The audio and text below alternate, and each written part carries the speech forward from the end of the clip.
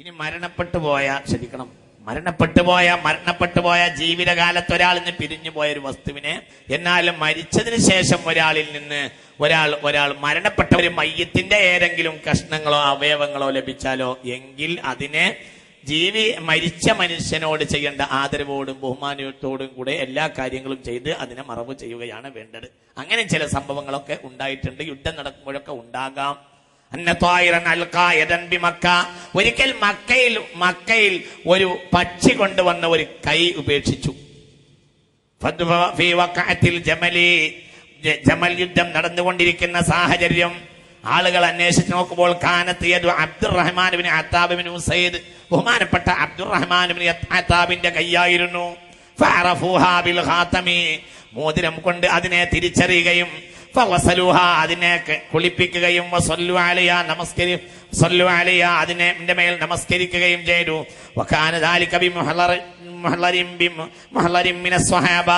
ധാരാളം സ്വഹാബികൾ പങ്കെടുത്ത ഒരു സാഹചര്യമായിരുന്നു. അതുകൊണ്ട് തന്നെ ഇങ്ങനെയൊക്കെ വരുന്ന സാഹചര്യത്തിൽ, യുദ്ധത്തിന്റെ സാഹചര്യത്തിൽ മറ്റും അങ്ങനെ ചെയ്യാവുന്നതാണ്. അതേപോലെ തന്നെ ശ്രദ്ധിക്കേണ്ട ഒരു കാര്യം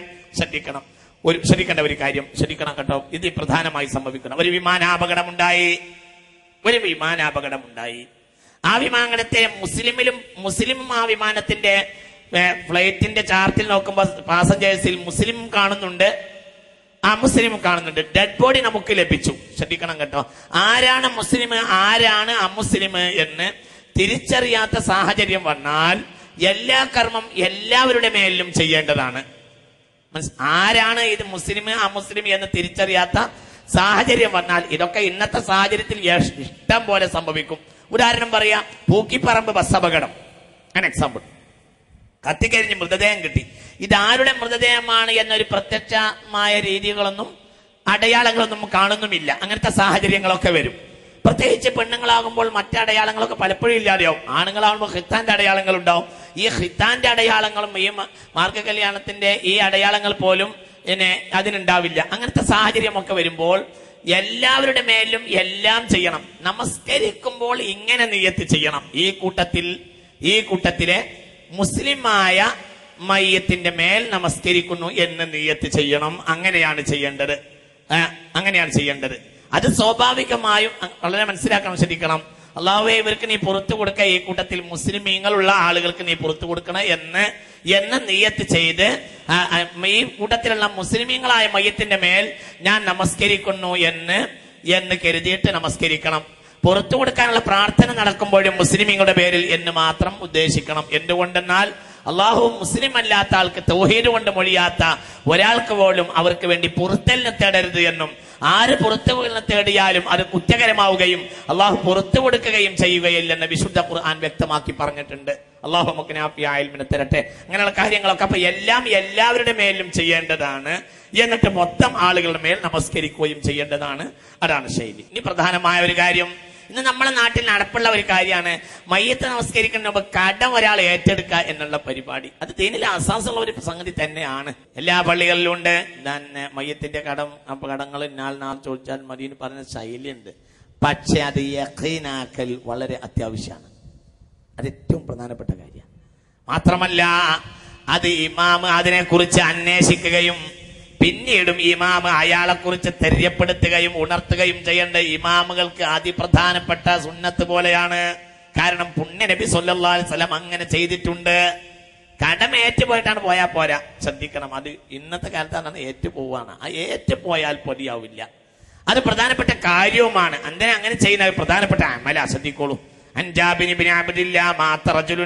ഒരാള് മരിച്ചുപോയി, അയാളെ ഞങ്ങൾ ശ്രദ്ധിക്കണം കേട്ടോ. കടം, അല്ലാഹു തആല കടം വീട്ടിൽ മരിച്ചു പോകാൻ നമുക്ക് തൗഫീഖ് ചെയ്യട്ടെ. കടമില്ലാതെ മരിക്കാൻ അള്ളാഹു നമുക്ക് തൗഫീഖ് ചെയ്യട്ടെ. അള്ളാഹു നമ്മളെ മുത്തഖീങ്ങളിൽ പെടുത്തട്ടെ. കടം ചാദ്യം ഒഴിവായാൽ സ്വർഗം കൊടുക്കുന്ന റസൂൽ പറഞ്ഞിട്ടുണ്ട്. രണ്ട് കാര്യം ഒരു മുഅ്മിനായ മനുഷ്യൻ അത്യാവശ്യം കാര്യങ്ങളൊക്കെ ചെയ്തിട്ടുണ്ട്. രണ്ട് കാര്യങ്ങൾ ഒഴിവാക്കുകയും ചെയ്തു. ഒന്നയാള് ചാദ്യം ഒഴിവാക്കി, രണ്ടയാൾ കടം ഒഴിവാക്കിയിട്ടുണ്ട്. വഫീ റിവായത്തിൻ അരിശുവത, കോഴ കൈക്കൂലി, അത് ഒഴിവാക്കിയിട്ടുണ്ട്. എങ്കിൽ രണ്ട് റിവായത്തുണ്ട്, മനസ്സിലായില്ല. അത് പറയാൻ പറ്റിയൊരു കാലവുമാണിത്. അതുകൊണ്ട് ഞാൻ സാന്ദർഭികമായി പറയുന്നത്, മനസ്സിലായില്ല. രണ്ട് കാര്യം, ഒരു ഭാഗത്ത് രണ്ട് കാര്യം, ഒരു ഭാഗത്തിന് മൂന്ന് കാര്യം എന്ന് കാണുന്നുണ്ട്. ഒന്ന് ചതി, രണ്ട് കടം, മൂന്ന് റിശ്വത്ത്. റിശ്വത്ത് മനസ്സിലല്ലേ? ഈ കൈക്കൂലി കോഴ. ഇത്തരം മൂന്ന് കാര്യം ഒഴിവാക്കി അത്യാവശ്യം അമൽ ചെയ്തുകൊണ്ട് വന്നാൽ ഞാൻ സ്വർഗ്ഗം വാങ്ങിക്കൊടുക്കുമെന്ന് ഹബീബായ റസൂലുള്ളാഹി സ്വല്ലല്ലാഹു അലൈഹി വസല്ലം പറഞ്ഞിട്ടുണ്ട്. അപ്പൊ കടം ഈ കൂട്ടത്തിൽ വലിയ ഗൗരവമുള്ള വിഷയമാണ്. അൻജാബിർ ബിൻ അബ്ദില്ല, ഒരാൾ മരിച്ചുപോയി. ഫഗസൽനാഹു വകഫന്നാഹു, അയാൾ ഞങ്ങൾ കഫൻ ചെയ്തു, കുളിപ്പിച്ചു, കഫൻ ചെയ്തു. ഹന്നത്നാഹു വളഅനാഹു റസൂലുള്ളാഹി ഹൈസു തുളഉൽ ജനായിസു ശരീകൻ. എല്ലാം ചെയ്തിട്ട് ഞങ്ങൾ മയ്യത്ത് നിസ്കരിക്കാൻ വേണ്ടി നബിയുടെ മുന്നിലേക്ക് കൊണ്ടുവന്ന് അങ്ങോട്ട് വെച്ചു. സുമ്മ ആദന്നാലി റസൂലില്ലാഹി ബിസ്സലാത്തി അലൈഹി. അങ്ങനെ ഹബീബ റസൂലുള്ളാഹിക്ക് ഞങ്ങൾ മയ്യത്ത് നിസ്കരിക്കാൻ വേണ്ടി വെച്ചു കൊടുത്ത് നബി മയ്യത്ത് നിസ്കരിക്കുന്നു. ഹബീബ നബി ഞങ്ങളെ കൂടെ വന്നു. എന്നിട്ട് ഒന്ന് രണ്ട് കാലടി ഇങ്ങോട്ട് വെച്ച് വന്നു, കാല. എന്നിട്ട് ഹബീബ നബി പറഞ്ഞു, ലഅല്ല അലാ സാഹിബിക്കും ദൈന, ഇയാൾക്ക് കടം ബാക്കിയുള്ളത് പോലെയുണ്ടല്ലോ. മിൻ ഇൽമിൽ ഗൈബി ലി റസൂലില്ലാഹി സ്വല്ലല്ലാഹു അലൈഹി വസല്ലം. മയ്യിത്തിനെ കണ്ടാൻ വേണ്ടി നബി വന്ന് പറഞ്ഞു, കടം ബാക്കിയുള്ള മാതിരി ഉണ്ടല്ലോ എന്ന് പറഞ്ഞു. ലഅല്ല ലി സാഹിബിക്കും ദൈന, നിങ്ങളുടെ സാഹിബിന് ദൈനുള്ളത് പോലെ ഉണ്ടല്ലോ എന്ന് പുണ്യ നബി പറഞ്ഞു. ദൈനുണ്ട് എന്ന് പറഞ്ഞു. അപ്പോൾ കാലു, ആളുകൾ പറഞ്ഞു, നഅം ദീനാറാനി, അയാൾ നാട്ടുകാർക്ക് 2 ദീനാർ കൊടുക്കാണ്ട്. ചിന്തിക്കട്ടോ, ഇന്നത്തെ എന്ത് 2 ഉറുപ്പിക. അതാത് പ്രദേശത്തെ 1 ഉറുപ്പ്യന്റെ മക്കാമിലാണല്ലോ 2 ഉറുപ്പിക. ഇതപ്പൊ കടം. അല്ലാതെ നാട്ടിലൊന്നും നമ്മൾ പറയും പോലെ നാട്ടിലെല്ലാം കൂടെ കൊടുക്കാവുന്ന ആ അവസ്ഥ അല്ലള്ളത്. എന്തുണ്ട് 2 ദീനാർ കൊടുക്കാണ്ട്. അപ്പോഴാ പുണ്യ നബി പറഞ്ഞത്, റസൂലുള്ള ബേക്കിലേക്ക് നിന്നു. കാല, എന്നിട്ട് പറഞ്ഞു, സല്ലു അലാ സാഹിബിക്കുന്ന, നിങ്ങൾ നിസ്കരിച്ചോളൂ. ഈ ഹദീസ് ഇമാം ഹാക്കിം രേഖപ്പെടുത്തിയിട്ടുണ്ട്. ഇമാം അഹ്മദ് തങ്ങൾ മുസ്നദിൽ രേഖപ്പെടുത്തിയിട്ടുണ്ട്. ഈ ഹദീസ് ഇമാം ബൈഹഖി രേഖപ്പെടുത്തിയിട്ടുണ്ട്. ശ്രദ്ധിക്കണം. അല്ലാഹു നമുക്ക് നാഫിയായ ഇൽമിനെ തരട്ടെ. ഫഖാല, ഹബീബ റസൂലുള്ള പറഞ്ഞു, സല്ലു, ഇനി നിങ്ങൾ നിസ്കരിച്ചോളൂ. നബി അങ്ങോട്ട് ഫതഖല്ലഫ, റസൂലുള്ള ബേക്കിലേക്കാണ് പോയി, നിസ്കരിച്ചോളൂ. അപ്പോഴത്തിന് ഫഖാല റജുലുൻ മിന്നാ യുഖാലു അബൂ ഖതാദ, അപ്പോൾ അബൂ ഖതാദ എന്ന പേരുള്ള ഒരു സ്വഹാബി ഞങ്ങളെ കൂട്ടത്തിലുണ്ടായിരുന്നു. ആ സ്വഹാബി പാഞ്ഞു വന്നിട്ട് പറഞ്ഞു, യാ റസൂലല്ലാഹു മഅലയ്യ, നബി നിങ്ങൾ പോകണ്ട നബിയെ, ആ 2 ദീനാറും ഞാൻ ഏറ്റെടുത്തിട്ടുണ്ട് എന്ന് അബൂ ഖതാദ വന്ന് പറഞ്ഞു റളിയല്ലാഹു അൻഹു. ഫഖാല ഫജഅല റസൂലുള്ളാഹി യഖൂലു, അപ്പോൾ നബി വീണ്ടും ചോദിച്ചു, ഹുമാ അലൈക വഫീ മാലിക, ആ 2ഉം ഇനി എന്നോടാണോ ചോദിക്കേണ്ടത്? അത് നിന്റെ ധനമാണോ ഇനി ഉത്തരവാദി? ഒന്നും കൂടി പറയാൻ പറഞ്ഞു. അത് ശ്രദ്ധിക്കണം. ഹുമാ അലൈക വഫീ മാലിക, നീ ഏറ്റിട്ടുണ്ടോ? നിന്റെ ധനം ഇനി ഉത്തരവാദിയാണെന്ന് ചോദിച്ചു. ഹബി വൽ മയ്യിത്ത് മിൻഹുമാ ബരിയൂൻ, മയ്യത്തിനെ ഈ 2 ദിനാറിന് പൂർണ്ണമായി നീ ഒഴിവാക്കി കൊടുത്തിട്ടുണ്ടോ എന്ന് ചോദിച്ചു. പൂർണ്ണമായി മയ്യത്തിനെ ഒഴിവാക്കിയിട്ട് നീ മയ്യത്തിന് സംഭാവനയായി ഇത് കൊടുക്കുകയും മയ്യത്തിനെ നീ രക്ഷപ്പെടുകയും ചെയ്യാൻ തീരുമാനിച്ചിട്ടുണ്ടോ എന്ന് ചോദിച്ചു. ഫഖാല നഅം, അയാൾ പറഞ്ഞു, അതേ നബിയെ. ഫസല്ല അലൈഹി, ഇത് പറഞ്ഞപ്പോഴാണ് ഹബീബ റസൂലുള്ളാഹി സ്വല്ലല്ലാഹു അലൈഹി വസല്ലം മയ്യത്തിനെ നിസ്കരിച്ചത്. ചിന്തിക്കണം, വളരെ ആലോചിക്കണം, വളരെ ചിന്തിക്കണം. ആവശ്യമില്ലാതെ കടം വാങ്ങുക, വളരെ ചിന്തിക്കണം. ആവശ്യമില്ലാതെ കടം വാങ്ങുക. ഇതിനൊക്കെ പല ആളുകൾ കച്ചവടക്കാരുള്ള ബാങ്കിലെ മുഴുവനും അവർക്ക് കടായിരിക്കുക, എല്ലായിടത്തും കൊടുക്കാനുണ്ടാവും. പ്രത്യേകിച്ച് കച്ചവടക്കാരും മുതലാളിമാർക്ക് ഇന്നതൊരു ഏർപ്പാടുമാണ്. അതൊരു പേടിയില്ല. പഴയ കാലത്തൊക്കെ പേടി ഉണ്ടായിരുന്നു, ഇന്ന് ഒരു പേടിയില്ല. പലിശയെ പറ്റിയൊന്നും തീരെ പേടിയില്ല. ആർക്ക് പേടിയില്ല? നിസ്കരിക്കുന്നവർക്ക് പേടിയില്ല. പടച്ചോനെ പേടിക്കുന്നവർക്കും നിസ്കരിക്കുന്നവർക്കും പേടിയില്ല. അതങ്ങനെ വാങ്ങിക്കൂട്ടന്നെ ആയിരിക്കും. ഞാൻ മനസ്സിലാക്കിയിടത്തോളം ഈ കാസർഗോഡ് മുതൽ ഈ മലപ്പുറം തൃശ്ശൂർ വരെ ഈ കാണുന്ന അഭിവൃദ്ധിയുടെ ഷോപ്പിംഗ് കോംപ്ലക്സുകളിൽ ഏകദേശം 60% 60% ബാങ്കിന്റെ ഉരുപ്പടിയായിരിക്കും എന്നാണ് ഞാൻ മനസ്സിലാക്കുന്നത്. അതിന് എന്തെങ്കിലും ന്യായം നിങ്ങൾ പറഞ്ഞേക്കൂ. എന്നോട് ഒരാൾ ചോദിച്ചു, ഉസ്താദെ, പിന്നെ ബാങ്കിനോട് ബന്ധപ്പെടാതെ സാധനം ഒരു കെട്ടിടം ഉണ്ടാക്കാൻ കഴിയില്ല, ഒരു ഷോപ്പിംഗ് കോംപ്ലക്സ് ഉണ്ടാക്കാൻ കഴിയില്ല, ബാങ്കിനോട് ബന്ധപ്പെടൽ ഇപ്പൊ നിർബന്ധമാണ്. ഇയാളെ ചോദ്യം കേട്ടാത്തോണം ഷോപ്പിംഗ് കോംപ്ലക്സ് ഉണ്ടാക്കൽ സുന്നത്താണെന്ന് ഏതോ കിതാബിൽ എഴുതി വെച്ചിട്ടുണ്ട്. അല്ല, ഇതിന് വകുപ്പുണ്ടാക്കണമെങ്കിൽ ഷോപ്പിംഗ് കോംപ്ലക്സ് ഉണ്ടാക്കൽ സുന്നത്താന്ന് വരണ്ടേ?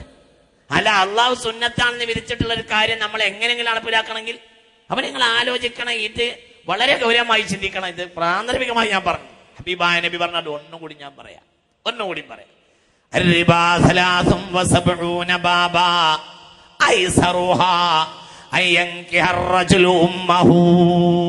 പലിശ 73 വകുപ്പുകളാണ്. ഐസറുഹ, അതിൽ ഏറ്റവും ചെറിയ വകുപ്പ് പോലും ഒരാൾ തന്റെ ഉമ്മയെ വിവാഹം ചെയ്യുന്നതിന് സമമാണ്. പലിശയുടെ ഏറ്റവും ചെറിയ വകുപ്പ്, ഏറ്റവും ചെറിയ വകുപ്പ്, ഏറ്റവും ചെറിയ വകുപ്പ്, പലിശയുടെ ഏറ്റവും ചെറിയ. الذين يأكلون الربا لا يقومون إلا كما يقوم الذي يتخبطه الشيطان. പിശാച് ബാധ ഏറ്റവനെ പോലെയല്ലാതെ ഖബറിൽ നിന്ന് അവർ എണീക്കുകയില്ല. അല്ലാഹു സുബ്ഹാനഹു വ തആല നമ്മെ കാത്തുരക്ഷിക്കട്ടെ. ഏറ്റവും അപകടകരമായ ഒരു സംഗതിയാണ്, അപകടകരമായ സംഗതിയാണ് സത്യത്തിൽ ഈ പലിശ എന്ന് പറയുന്നത്. എല്ലാവരും ഗൗരവമായി ചിന്തിക്കണം. അപ്പൊ ഞാൻ പറഞ്ഞുകൊണ്ടുവരുന്നത്, ആവശ്യമില്ലാതെ എങ്ങനെ വാങ്ങിക്കൂട്ടും ചില ആളുകൾ. വയസ്സായാലും അവർക്കത് ചിന്ത ഉണ്ടാവില്ല. വയസ്സാന്ന് മാത്രമല്ല, എപ്പോഴും വരാലും. ഇതാ ജന്നലൈലുൻ ഹൽ തഈശു ഇലൽ ഫജ്രി. എന്നിട്ട് ഹബീബായ നബി നിസ്കരിച്ചു സ്വല്ലല്ലാഹു അലൈഹി വസല്ലം. ഇനി അതിനേക്കാൾ വലിയ രസം, ഫജഅല റസൂലുള്ളാഹി ഇദാ ലഖിയ അബൂ ഖതാദ മിനൽ ഗദി. പിറ്റേന്ന് അബൂ ഖതാദയെ കണ്ടപ്പോൾ മാ സനഅത ദിനാറാനി മാ സനഅത ദിനാറൈൻ, ആ ദിനാർ നീ എന്തേ ചെയ്തതെന്ന് ചോദിച്ചു. മനസ്സിലായില്ല. അയാൾ ഏറ്റിട്ടാണ് പോയാ പോരാ. നമ്മളെ നമസ്കാരം പൂർണ്ണമായും മയ്യത്തിന് ലഭിക്കണമെങ്കിൽ ഇത് പൂർണ്ണമായും അയാൾ വീട്ടിയ കോലത്തിൽ തന്നെയാക്കണം. അത് ഏറ്റങ്ങോട്ട് വിട്ടാൽ പോരാ, ചിന്തിക്കണം. ഇന്ന് നമ്മൾ ഏറ്റുവിടുന്ന ഒരു ശൈലിയാ. ഏറ്റുവിട്ടാൽ പോരാ. ഇത്തരം കാര്യങ്ങൾ പള്ളിയിലെ ഇമാമ മുഖാന്തരം ഏൽക്കുകയോ, ഇമാമിങ്ങൾ ആ കാര്യമൊക്കെ ഒന്ന് ശ്രദ്ധിച്ചാൽ നല്ല നിലക്ക് നാട്ടിലൊരു ഖൈർ നടപ്പിലാക്കുകയും ആ പരിസരത്തുള്ള മയ്യത്തുകളെ രക്ഷപ്പെടുത്തുകയും ചെയ്യാൻ നമുക്ക് കഴിയും. വളരെ ഗൗരവമായി അത് ചിന്തിക്കണം. ഇമാമുകളൊന്ന് ശ്രദ്ധിച്ചാൽ മതി. എന്തായി കുടുംബത്തോടൊന്ന് അന്വേഷിക്കാൻ. നിങ്ങൾ ഇവിടുന്ന് ഏറ്റുപോയെന്നല്ലോ, കൊടുക്കേണ്ടവർക്കൊക്കെ കൊടുത്തോ എന്ന്. പുണ്യനബി പിറ്റേന്ന് കണ്ടപ്പോൾ ചോദിച്ചു, എന്തേ ദീനാർ ചെയ്തത്? നബി ആര്? ഞാൻ വീട്ടിൽ കഴിഞ്ഞിട്ടുണ്ട് എന്ന് പറഞ്ഞു. അപ്പോൾ പറഞ്ഞു, അൽ ആന ബറദ ജിൽദുഹു, ഇപ്പോഴാണ് അയാളുടെ തോലിനൊരു സമാധാനം വന്നത് എന്ന് പുണ്യനബി പറഞ്ഞു. പൂട്ടി വീട്ടി കഴിഞ്ഞിട്ടുണ്ടെങ്കിൽ ഇപ്പോഴാണ് അയാളുടെ തൊലിയിലേക്കുള്ള ചൂട് അടങ്ങിയത്. ഖാല റസൂലുള്ളാഹി, ഈ കടം ബാക്കി ഉണ്ടായിരുന്നുവെങ്കിൽ ആ ചൂട് അയാൾക്ക് അനുഭവിക്കേണ്ടി വന്നിരുന്നു. ഇന്ന് നീ അത് വീട്ടിയല്ലോ, ഇപ്പോഴാണ് അയാളുടെ തൊലിയുടെ ചൂട് അടങ്ങിയത്. ഖാല റസൂലുള്ളാഹി. ഈ ഹദീസ് ഇമാം ഹാക്കിം രേഖപ്പെടുത്തിയിട്ടുണ്ട്. വേറെയും കാണാം ഒരുപാട് സ്ഥലത്ത്. ഒന്ന് രണ്ട് സംഭവം കൂടി ഞാൻ പറയാം. ഇബ്നു മാജ രേഖപ്പെടുത്തിയ ഒരു ഹദീസ്, ബൈഹഖിയും അത് രേഖപ്പെടുത്തിയിട്ടുണ്ട്. ഇമാം അഹ്മദ് തങ്ങൾ മുസ്നദിലും ആ ഹദീസ് രേഖപ്പെടുത്തിയിട്ടുണ്ട്. അൻ സഅദ് ബിൻ അൽ അത്വലി അന്ന അഖാഹു മാത വ തറക 300 ദിർഹമിൻ. ഒരാൾ മരിച്ചു, അയാൾക്ക് 300 ദിർഹം ബാക്കിയാക്കി ആയിരുന്നു. വ തറക അയാലൻ, കുറെ കുട്ടികളും ഉണ്ടായിരുന്നു. അപ്പോൾ അദ്ദേഹത്തിന്റെ ജേട്ടൻ പറയാ, കുട്ടികൾക്കൊന്നുമില്ല, 300 ദിർഹം ബാക്കിയുണ്ട്, കുറച്ച് നാട്ടിൽ കൊടുക്കാനൊക്കെ ഉണ്ട്, പക്ഷെ മക്കൾക്കൊന്നുമില്ല എന്ന് കണ്ടപ്പോൾ ഇദ്ദേഹം വിചാരിച്ചു, ഇത് കുട്ടികൾക്ക് ചെലവാക്കാൻ വേണ്ടി ഞാൻ പാത്തു വെച്ചു. ജേട്ടൻ മരിച്ചുപോയി, ജേട്ടന്റെ ധനം എടുത്ത് മക്കൾക്ക് ചെലവാക്കാൻ തീരുമാനിച്ചു. ഖാലൻ നബി സ്വല്ലല്ലാഹു അലൈഹി വസല്ലം, ഹബീബായ നബി എന്നെ വിളിച്ചു പറഞ്ഞു, ഇന്ന അഖാക മഹ്ബൂസും ബിദൈനിഹി. ശ്രദ്ധിക്കണം കേട്ടോ, ഇത് ശ്രദ്ധിക്കേണ്ട വിഷയം. നിന്റെ സഹോദരൻ ആ കടം കൊണ്ട് ഹബസിലാക്കപ്പെട്ടിരിക്കുന്നു. അതുകൊണ്ട് അത് നീ വീട്ടി വാ, വീട്ടാതെ അയാൾ രക്ഷപ്പെടൂല എന്ന് പറഞ്ഞു. ഫറഹബ്തു, അങ്ങനെ ഞാൻ പോവുകയും വീട്ടുകയും ചെയ്തു. ഈ അനുജൻ പറയാ, എന്നിട്ട് ഞാൻ നബിയുടെ മടങ്ങി വന്നു. ഫഖുൽതു, ഞാൻ പറഞ്ഞു, യാ റസൂലല്ലാഹ് ഖദ് ഖളൈതു അന്നു, ഞാൻ എല്ലാം വീട്ടിയിട്ടുണ്ട് നബിയെ. ഇല്ല ദീനാറൈനി, 2 ദീനാർ വീട്ടിയിട്ടില്ല. ഇദ്ദഅത് ഹംറാത്തുൻ, ഒരു പെണ്ണ് എനിക്ക് 2 ദീനാർ തരാനുണ്ട് എന്ന് ഒരു പെണ്ണ് വാദിച്ചു. പക്ഷേ വലൈസ ലഹാ ബൈന, ആ പെണ്ണിന്റെ കയ്യിൽ യാഥാസ്ഥ രേഖകളോ ഒന്നും ഉണ്ടായിരുന്നില്ല. അതുകൊണ്ട് ആ ദീനാർ മാത്രം ഞാൻ കൊടുത്തിട്ടില്ല, വേറെ ഒക്കെ കൊടുത്തു എന്ന് പറഞ്ഞു. ഫഖാല, അപ്പോൾ നബി പറഞ്ഞു, അതും കൊടുത്തേക്ക്, അതും കൊടുത്തേക്ക്. ചിലപ്പോൾ ചില ഇടപാടുകൾ ഉണ്ടാവും, ആ ഇടപാടുകൾക്ക് രേഖയൊന്നും ഉണ്ടാവില്ല. എന്തുകൊണ്ട്? പെട്ടെന്ന് മരിച്ചു പോകും ആളുകൾ, രേഖയൊന്നും ഉണ്ടാവില്ല. ഇന്നിപ്പോ ഏകദേശം ദീനാർ നല്ല 50,000-നും ലക്ഷത്തിനൊന്നും മിക്കവാറും ചിലപ്പോൾ രേഖയൊന്നും ഉണ്ടാവില്ല. അതൊക്കെ പിന്നെ കൈപ്പൈസ പോലെ മനുഷ്യന്മാർ ഉപയോഗിക്കുന്ന ഒരു കാലമാണല്ലോ. ഞാനങ്ങനെ ആലോചിക്കാറുണ്ട്. ലക്ഷപ്രഭു എന്നാണ് പഴയ കാലത്ത് പറയുക. 1 ലക്ഷമുള്ളവൻ പറയും, 1 ലക്ഷമുള്ളവൻ പ്രഭുവും 1 കോടിയുള്ളവൻ ഈശ്വരനും, അങ്ങനെയാ പറയാ. ഇന്ന് ലക്ഷമുള്ളവൻ മിസ്കീന. ഇന്ന് ഭാഷ തന്നെ മാറ്റക്കാരല്ല. സാമ്പത്തിക പൊസിഷനൊക്കെ പൂർണ്ണമായി മാറിപ്പോയല്ലോ. അപ്പൊ ഇന്നത്തെ സാഹചര്യത്തിൽ 50,000 75,000 ഒക്കെ ചിലപ്പോഴും 50,000 10,000 പലപ്പോഴും ഇത്തരം സംഖ്യകളൊക്കെ അങ്ങോട്ടും ഇങ്ങോട്ടൊക്കെ ഒരു കൈപ്പൈസയായി ഉപയോഗിക്കുന്ന ഇടപാടുകാരൊക്കെ സ്വാഭാവികമായി ഉണ്ടാകും. ഒരു പെണ്ണിനെ എല്ലാം ഞാൻ കൊടുത്തിട്ടുണ്ട്, എല്ലാവരുടെ കയ്യിൽ രേഖ ഉണ്ട്, അതൊക്കെ കൊടുത്തു. ഒരു 2 ദിനാർ കൊടുത്തില്ല, അതൊരു പെണ്ണാണ് അവകാശപ്പെട്ടത്, എനിക്ക് 2 ദിനാർ തൈതാനുണ്ട് എന്ന് ഒരു പെണ്ണ് വാദിച്ചു. പക്ഷെ വലൈസലഹ ബയ്യിന, അവളെ കയ്യിൽ തെളിവൊന്നും ഉണ്ടായിരുന്നില്ല. അപ്പൊ കാല ആതീമ, അതും അങ്ങോട്ട് കൊടുത്തേക്ക്, അതിന്റെ പേരിൽ അയാളെ കെട്ടിയിടരുത്, ഒരു പക്ഷെ അങ്ങനത്തെ ഒരു ഹക്കായ സംഗതിയായിരിക്കുമെന്ന് പുണ്യനബി സ്വല്ലല്ലാഹു അലൈഹി വസല്ലം ശ്രദ്ധിക്കണം. ഒരു ഹരീതും കൂടി പറയാം, അബൂദാവൂദ് നസായി ഒക്കെ രേഖപ്പെടുത്തിയ ഒന്നും കൂടി പറയാം. അതിന്റെ ഗൗരവമായതുകൊണ്ടാണ് ഞാൻ പറയുന്നത്. എന്തിനാ പറയുന്നതെന്നറിയോ? ഇത് മയ്യത്ത് നിസ്കരിക്കുന്ന ആൾ വെച്ച് ഞാൻ ഏറ്റിട്ടുണ്ട് എന്ന് പറഞ്ഞാൽ പോരാ, അതങ്ങോട്ട് കൊടുത്ത് വീട്ടാരെ മയ്യത്ത് നരകത്തിൽ നിന്ന് രക്ഷപ്പെടുകയില്ല എന്ന് ചിന്തിക്കണം. നേരത്തെ ഒരു കാര്യം ഇവിടെ പറഞ്ഞിട്ടുണ്ട് തുടക്കത്തില്. അവനവന് രോഗമാകുമ്പോൾ തന്നെ കടങ്ങളൊക്കെ പരമാവധി അങ്ങോട്ട് ഒഴിവാക്കിയേക്കാം. മക്കൾ കൊടുക്കുമെന്നുള്ള ചിന്തയൊക്കെ ഒഴിവാക്കിയിട്ട് പൂർണ്ണമായി അവൻ തന്നെ ഒന്നും ഫാരിഗാകുക. ഇതിനൊക്കെ സമയം കിട്ടിയാൽ അള്ളാഹു തആല ഒരു ഹക്കില്ലാതെ അള്ളാഹു സുബ്ഹാനഹു വ തആലയുടെ അടുക്ക് മുഅ്മിനായി മടങ്ങി പോകാൻ അള്ളാഹു നമുക്ക് തൗഫീഖ് ചെയ്യട്ടെ.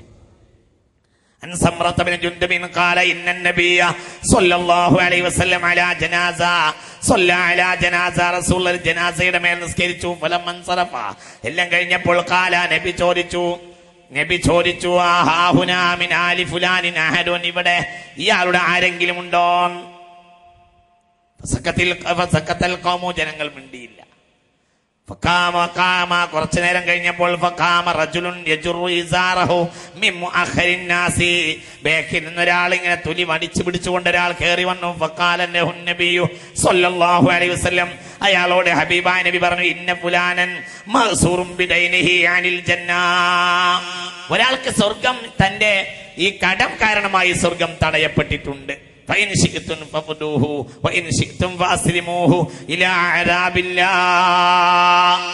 നിങ്ങൾക്ക് വേണമെങ്കിൽ 2 കാര്യം ചെയ്യാം. ഒന്നിരിക്കൽ ആ കടം വീട്ടി അയാളെ രക്ഷപ്പെടുത്താം, അല്ലെങ്കിൽ അയാളെ നിങ്ങൾക്ക് അള്ളാന്റെ ശിക്ഷയിലേക്ക് വിട്ടുകൊടുക്കുകയും ചെയ്യാം എന്ന് ഖാല റസൂലുള്ളാഹി സ്വല്ലല്ലാഹു അലൈഹി വസല്ലം. فلو رأيت أهله ويتهرون أمره قاموا فقالوا عنه حتى ما أحد يطلبه بشيء. ഒരാൾ ഒന്നും അയാളിൽ നിന്ന് ആവശ്യമില്ലാത്ത സാഹചര്യം വരുമ്പോൾ മാത്രമേ അയാൾ പൂർണ്ണമായി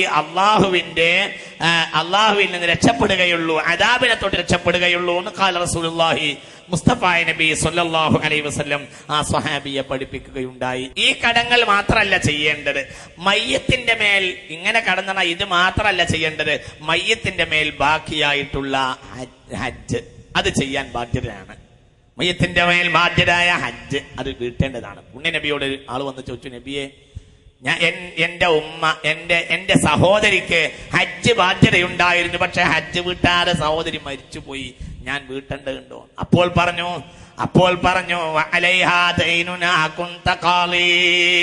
കടമുണ്ടെങ്കിൽ ഇനിയല്ലേ വീട്ട എന്ന് ചോദിച്ചു. അതെ ഞാൻ തന്നെ. എന്നാൽ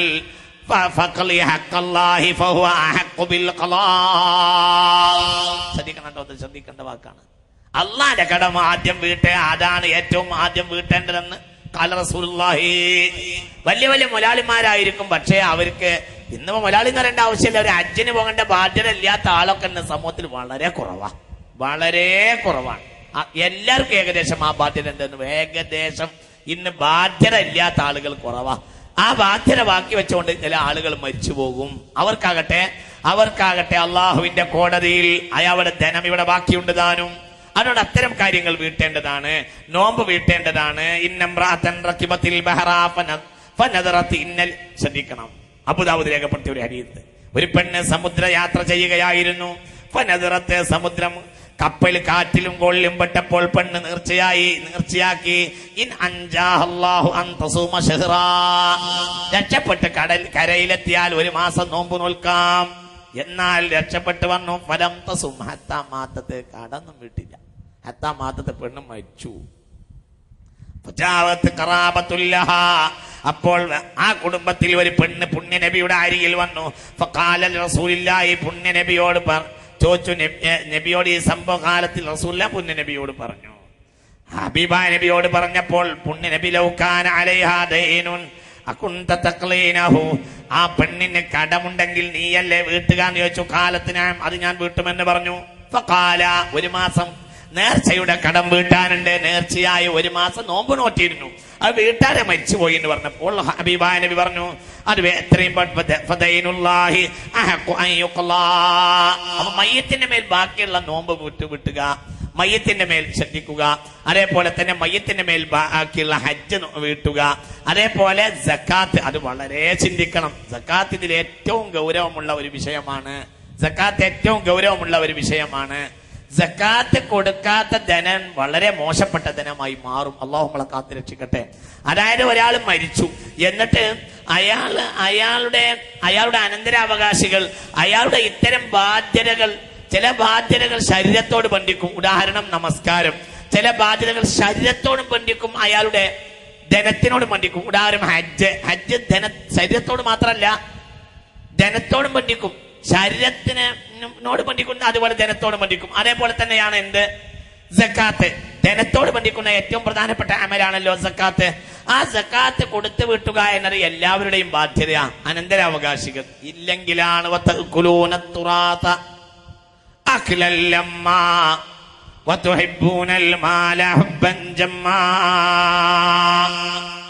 കിട്ടിയത് മുഴുവനും വെട്ടി വിഴുങ്ങുന്ന രീതി ഉണ്ടാവുക. അനന്തരാവകാശികൾ കിട്ടിയത് മുഴുവൻ തിന്നു തീർക്കുക. ഈ ശൈലി വളരെ നാശത്തിന്റെ ശൈലിയാണ് എന്ന് വിശുദ്ധ ഖുർആൻ പറഞ്ഞിട്ടുണ്ട്. അല്ലാഹു സുബ്ഹാനഹു വ തആല നാഫിയായ ഇൽമിനെ തരട്ടെ. മുഅ്മിനീങ്ങളെ, ഞാൻ വിശദീകരിക്കുന്നതിന് സമയം പരിമിതമാണ്. അതുകൊണ്ട് ചിന്തിക്കുക, മയ്യത്തിന്റെ അടുത്ത് ഒരാൾക്ക് നമസ്കരിക്കാൻ കഴിഞ്ഞിട്ടില്ലെങ്കിൽ അയാൾക്ക് ഖബറിന്റെ അടുത്ത് നമസ്കരിക്കാവുന്നതാണ്. അനിബ്നു അബ്ബാസിൻ ഖാല മാത റജുലൻ വകാൻ റസൂലുള്ളാഹി യഊദുഹു, ഹബീബായ നബി രോഗം കാണാൻ ചെല്ലുന്ന ഒരാളുണ്ടായിരുന്നു. അയാൾ മരിച്ചുപോയി. ഫദഫന്നുഹു ബില്ലൈൽ, രാത്രി തന്നെ അദ്ദേഹത്തെ മറമാടുകയും ചെയ്തു. ഫലമ്മ അസ്ബഹ, നേരം വെളുത്തപ്പോൾ അഅലമുഹു, ആളുകൾ അറിയിച്ചു കൊടുത്തു ഇങ്ങനെ ആൾ മരിച്ചിട്ടുണ്ട്. ഫഖാല മാ മനഅകും അൻ തുഅല്ലിമൂനി, എന്നെ അറിയാത്തതിന് പുണ്യ നബി അറിയിക്കാൻ ഞാൻ ചോദിക്കുകയും. ഖാലു കാനൽ ലൈലു, രാത്രി ആയതുകൊണ്ട് നബിയെ, ഫകരിഹ്നാ അൻ നശുഖ അലൈക, നിങ്ങളെ ബുദ്ധിമുട്ടാക്കണ്ടെന്ന് വിചാരിച്ചിട്ടാണ്. ഈ ഹദീസ് ഇമാം ബുഖാരി സ്വഹീഹിൽ രേഖപ്പെടുത്തിയിട്ടുണ്ട്. അതേപോലെ തന്നെ ബുഖാരി രേഖപ്പെടുത്തിയ വേറൊരു ഹദീസ് കാണാം. മുസ്തഫായ റസൂലുള്ളാഹി സ്വല്ലല്ലാഹു അലൈഹി വസല്ലമ തങ്ങളുടെ മുസ്തഫായ നബിയുടെ പള്ളി അടിച്ചു വാരുന്ന ഒരു പെണ്ണുണ്ടായിരുന്നു. ആ പെണ്ണ് മരിച്ചപ്പോൾ പുണ്യ നബി അറിഞ്ഞില്ല. കുറച്ച് ദിവസം കഴിഞ്ഞ് അന്വേഷിച്ചു. അങ്ങനെ ഖബറിന്റെ അടുക്കൽ പോയി ഹബീബായ റസൂലുള്ളാഹി സ്വല്ലല്ലാഹു അലൈഹി വസല്ലം തങ്ങൾ മയ്യത്തെ നമസ്കരിക്കുകയും ചെയ്തു. അതുകൊണ്ട് മയ്യത്തിന്റെ അടുത്ത് നമസ്കരിക്കുന്ന അതേ പ്രാധാന്യം ഖബറിന്റെ അടുത്ത് പോയി നമസ്കരിക്കുന്നതിനുമുണ്ട് എന്ന് ബഹുമാനപ്പെട്ട ഫുഖഹാ രേഖപ്പെടുത്തിയിരിക്കുന്നു. ശ്രദ്ധിക്കണം. അതേപോലെ മയ്യത്ത് നമസ്കാരത്തിന്റെ പ്രാധാന്യം, മയ്യത്ത് നമസ്കാരത്തിൽ പരമാവധി നേരത്തെ പറഞ്ഞല്ലോ, ഇഅ്ലാനോ മറ്റോ ചെയ്ത് പരമാവധി അതിലേക്ക് ആളെ കൊണ്ടുവരാനും ആളെ കൂട്ടാനും ശ്രമിക്കണം. എന്തുകൊണ്ട് ഹബീബായ റസൂലുള്ളാഹി രണ്ട് റിവായത്ത് കാണുന്നുണ്ട്. അബൂദാവൂദ് റിവായത്ത് ചെയ്ത ഒരു റിവായത്തിൽ 40 ആളുകൾ ഒരു മയ്യത്തിന്റെ മേൽ മയ്യത്ത് നമസ്കരിച്ചാൽ അവരെല്ലാരും ആ മയ്യത്തിന്റെ ശുപാർശക്കാരാണ്. ഖാല റസൂലുള്ളാഹി, ശുപാർശക്കാരാവാന്ന് പറഞ്ഞാൽ അല്ലാഹു മഗ്ഫിർ ലഹു എന്ന് ഇവർ പറഞ്ഞ ഈ വാക്ക് അള്ളാഹു അവരുടെ കാര്യത്തിൽ സ്വീകരിക്കുകയും ആ മനുഷ്യന് പുറത്തു കൊടുക്കുകയും ചെയ്യും. മുസ്ലിമിന്റെ ഹദീസിൽ 40 പകരം കാണുന്നത് 100 എന്നാണ്. രണ്ട് റിവായത്ത് കാണുന്നുണ്ട്. അബൂദാവൂദിന്റെ ഹദീസില് 40 കാണുന്നുണ്ട്. പിന്നെ മനസ്സിലായില്ലേ പറഞ്ഞത്? മുസ്ലിമിന്റെ ഹദീസിൽ 100 കാണുന്നുണ്ട്. ഞാൻ ആ രണ്ട് ഹദീസ് ഒന്ന് വായിക്കാം. അൻ ഇബ്നു അബ്ബാസിൻ ഖാല ഖാല റസൂലുള്ളാഹി മാ മിൻ മുസ്ലിമിൻ യമൂതു ഫയഖൂമു അലാ ജനാസതി, ഒരാൾ മരിച്ചു അയാളെ ജനാസ നമസ്കരിക്കാൻ വേണ്ടി 40 റജുലാ ലാ യുശ്രികൂന ബില്ലാഹി ശൈആ, ഒരു ശിർക്കും ചെയ്യാത്ത 40 ആളുകൾ ഒരു മനുഷ്യന്റെ മേലിൽ മയ്യത്ത് നമസ്കരിച്ചാൽ ആ ആളുകളൊക്കെ അദ്ദേഹത്തിന്റെ കാര്യത്തിൽ ശുപാർശക്കാരാകുന്നു. അഥവാ അവര് പറഞ്ഞ വാക്ക് അല്ലാഹു സ്വീകരിക്കുന്നതാണ്. ഇമാം മുസ്ലിമിന്റെ ആയിഷത്തെ കാലത്ത് ഖാല റസൂലുള്ളാഹി, ആയിഷ ബീവിയുടെ റിപ്പോർട്ട്, ഹബീബ റസൂലുള്ളാഹി പറയാണ്, മാ മിൻ മയ്യിത്തിൻ തുസല്ല അലൈഹി ഉമ്മത്തുൻ മിനൽ മുസ്ലിമീന യബ്ലുഗൂന 100 ആൾ വരെ സമൂഹത്തിൽ. അവരെല്ലാം ആരായിരിക്കണം?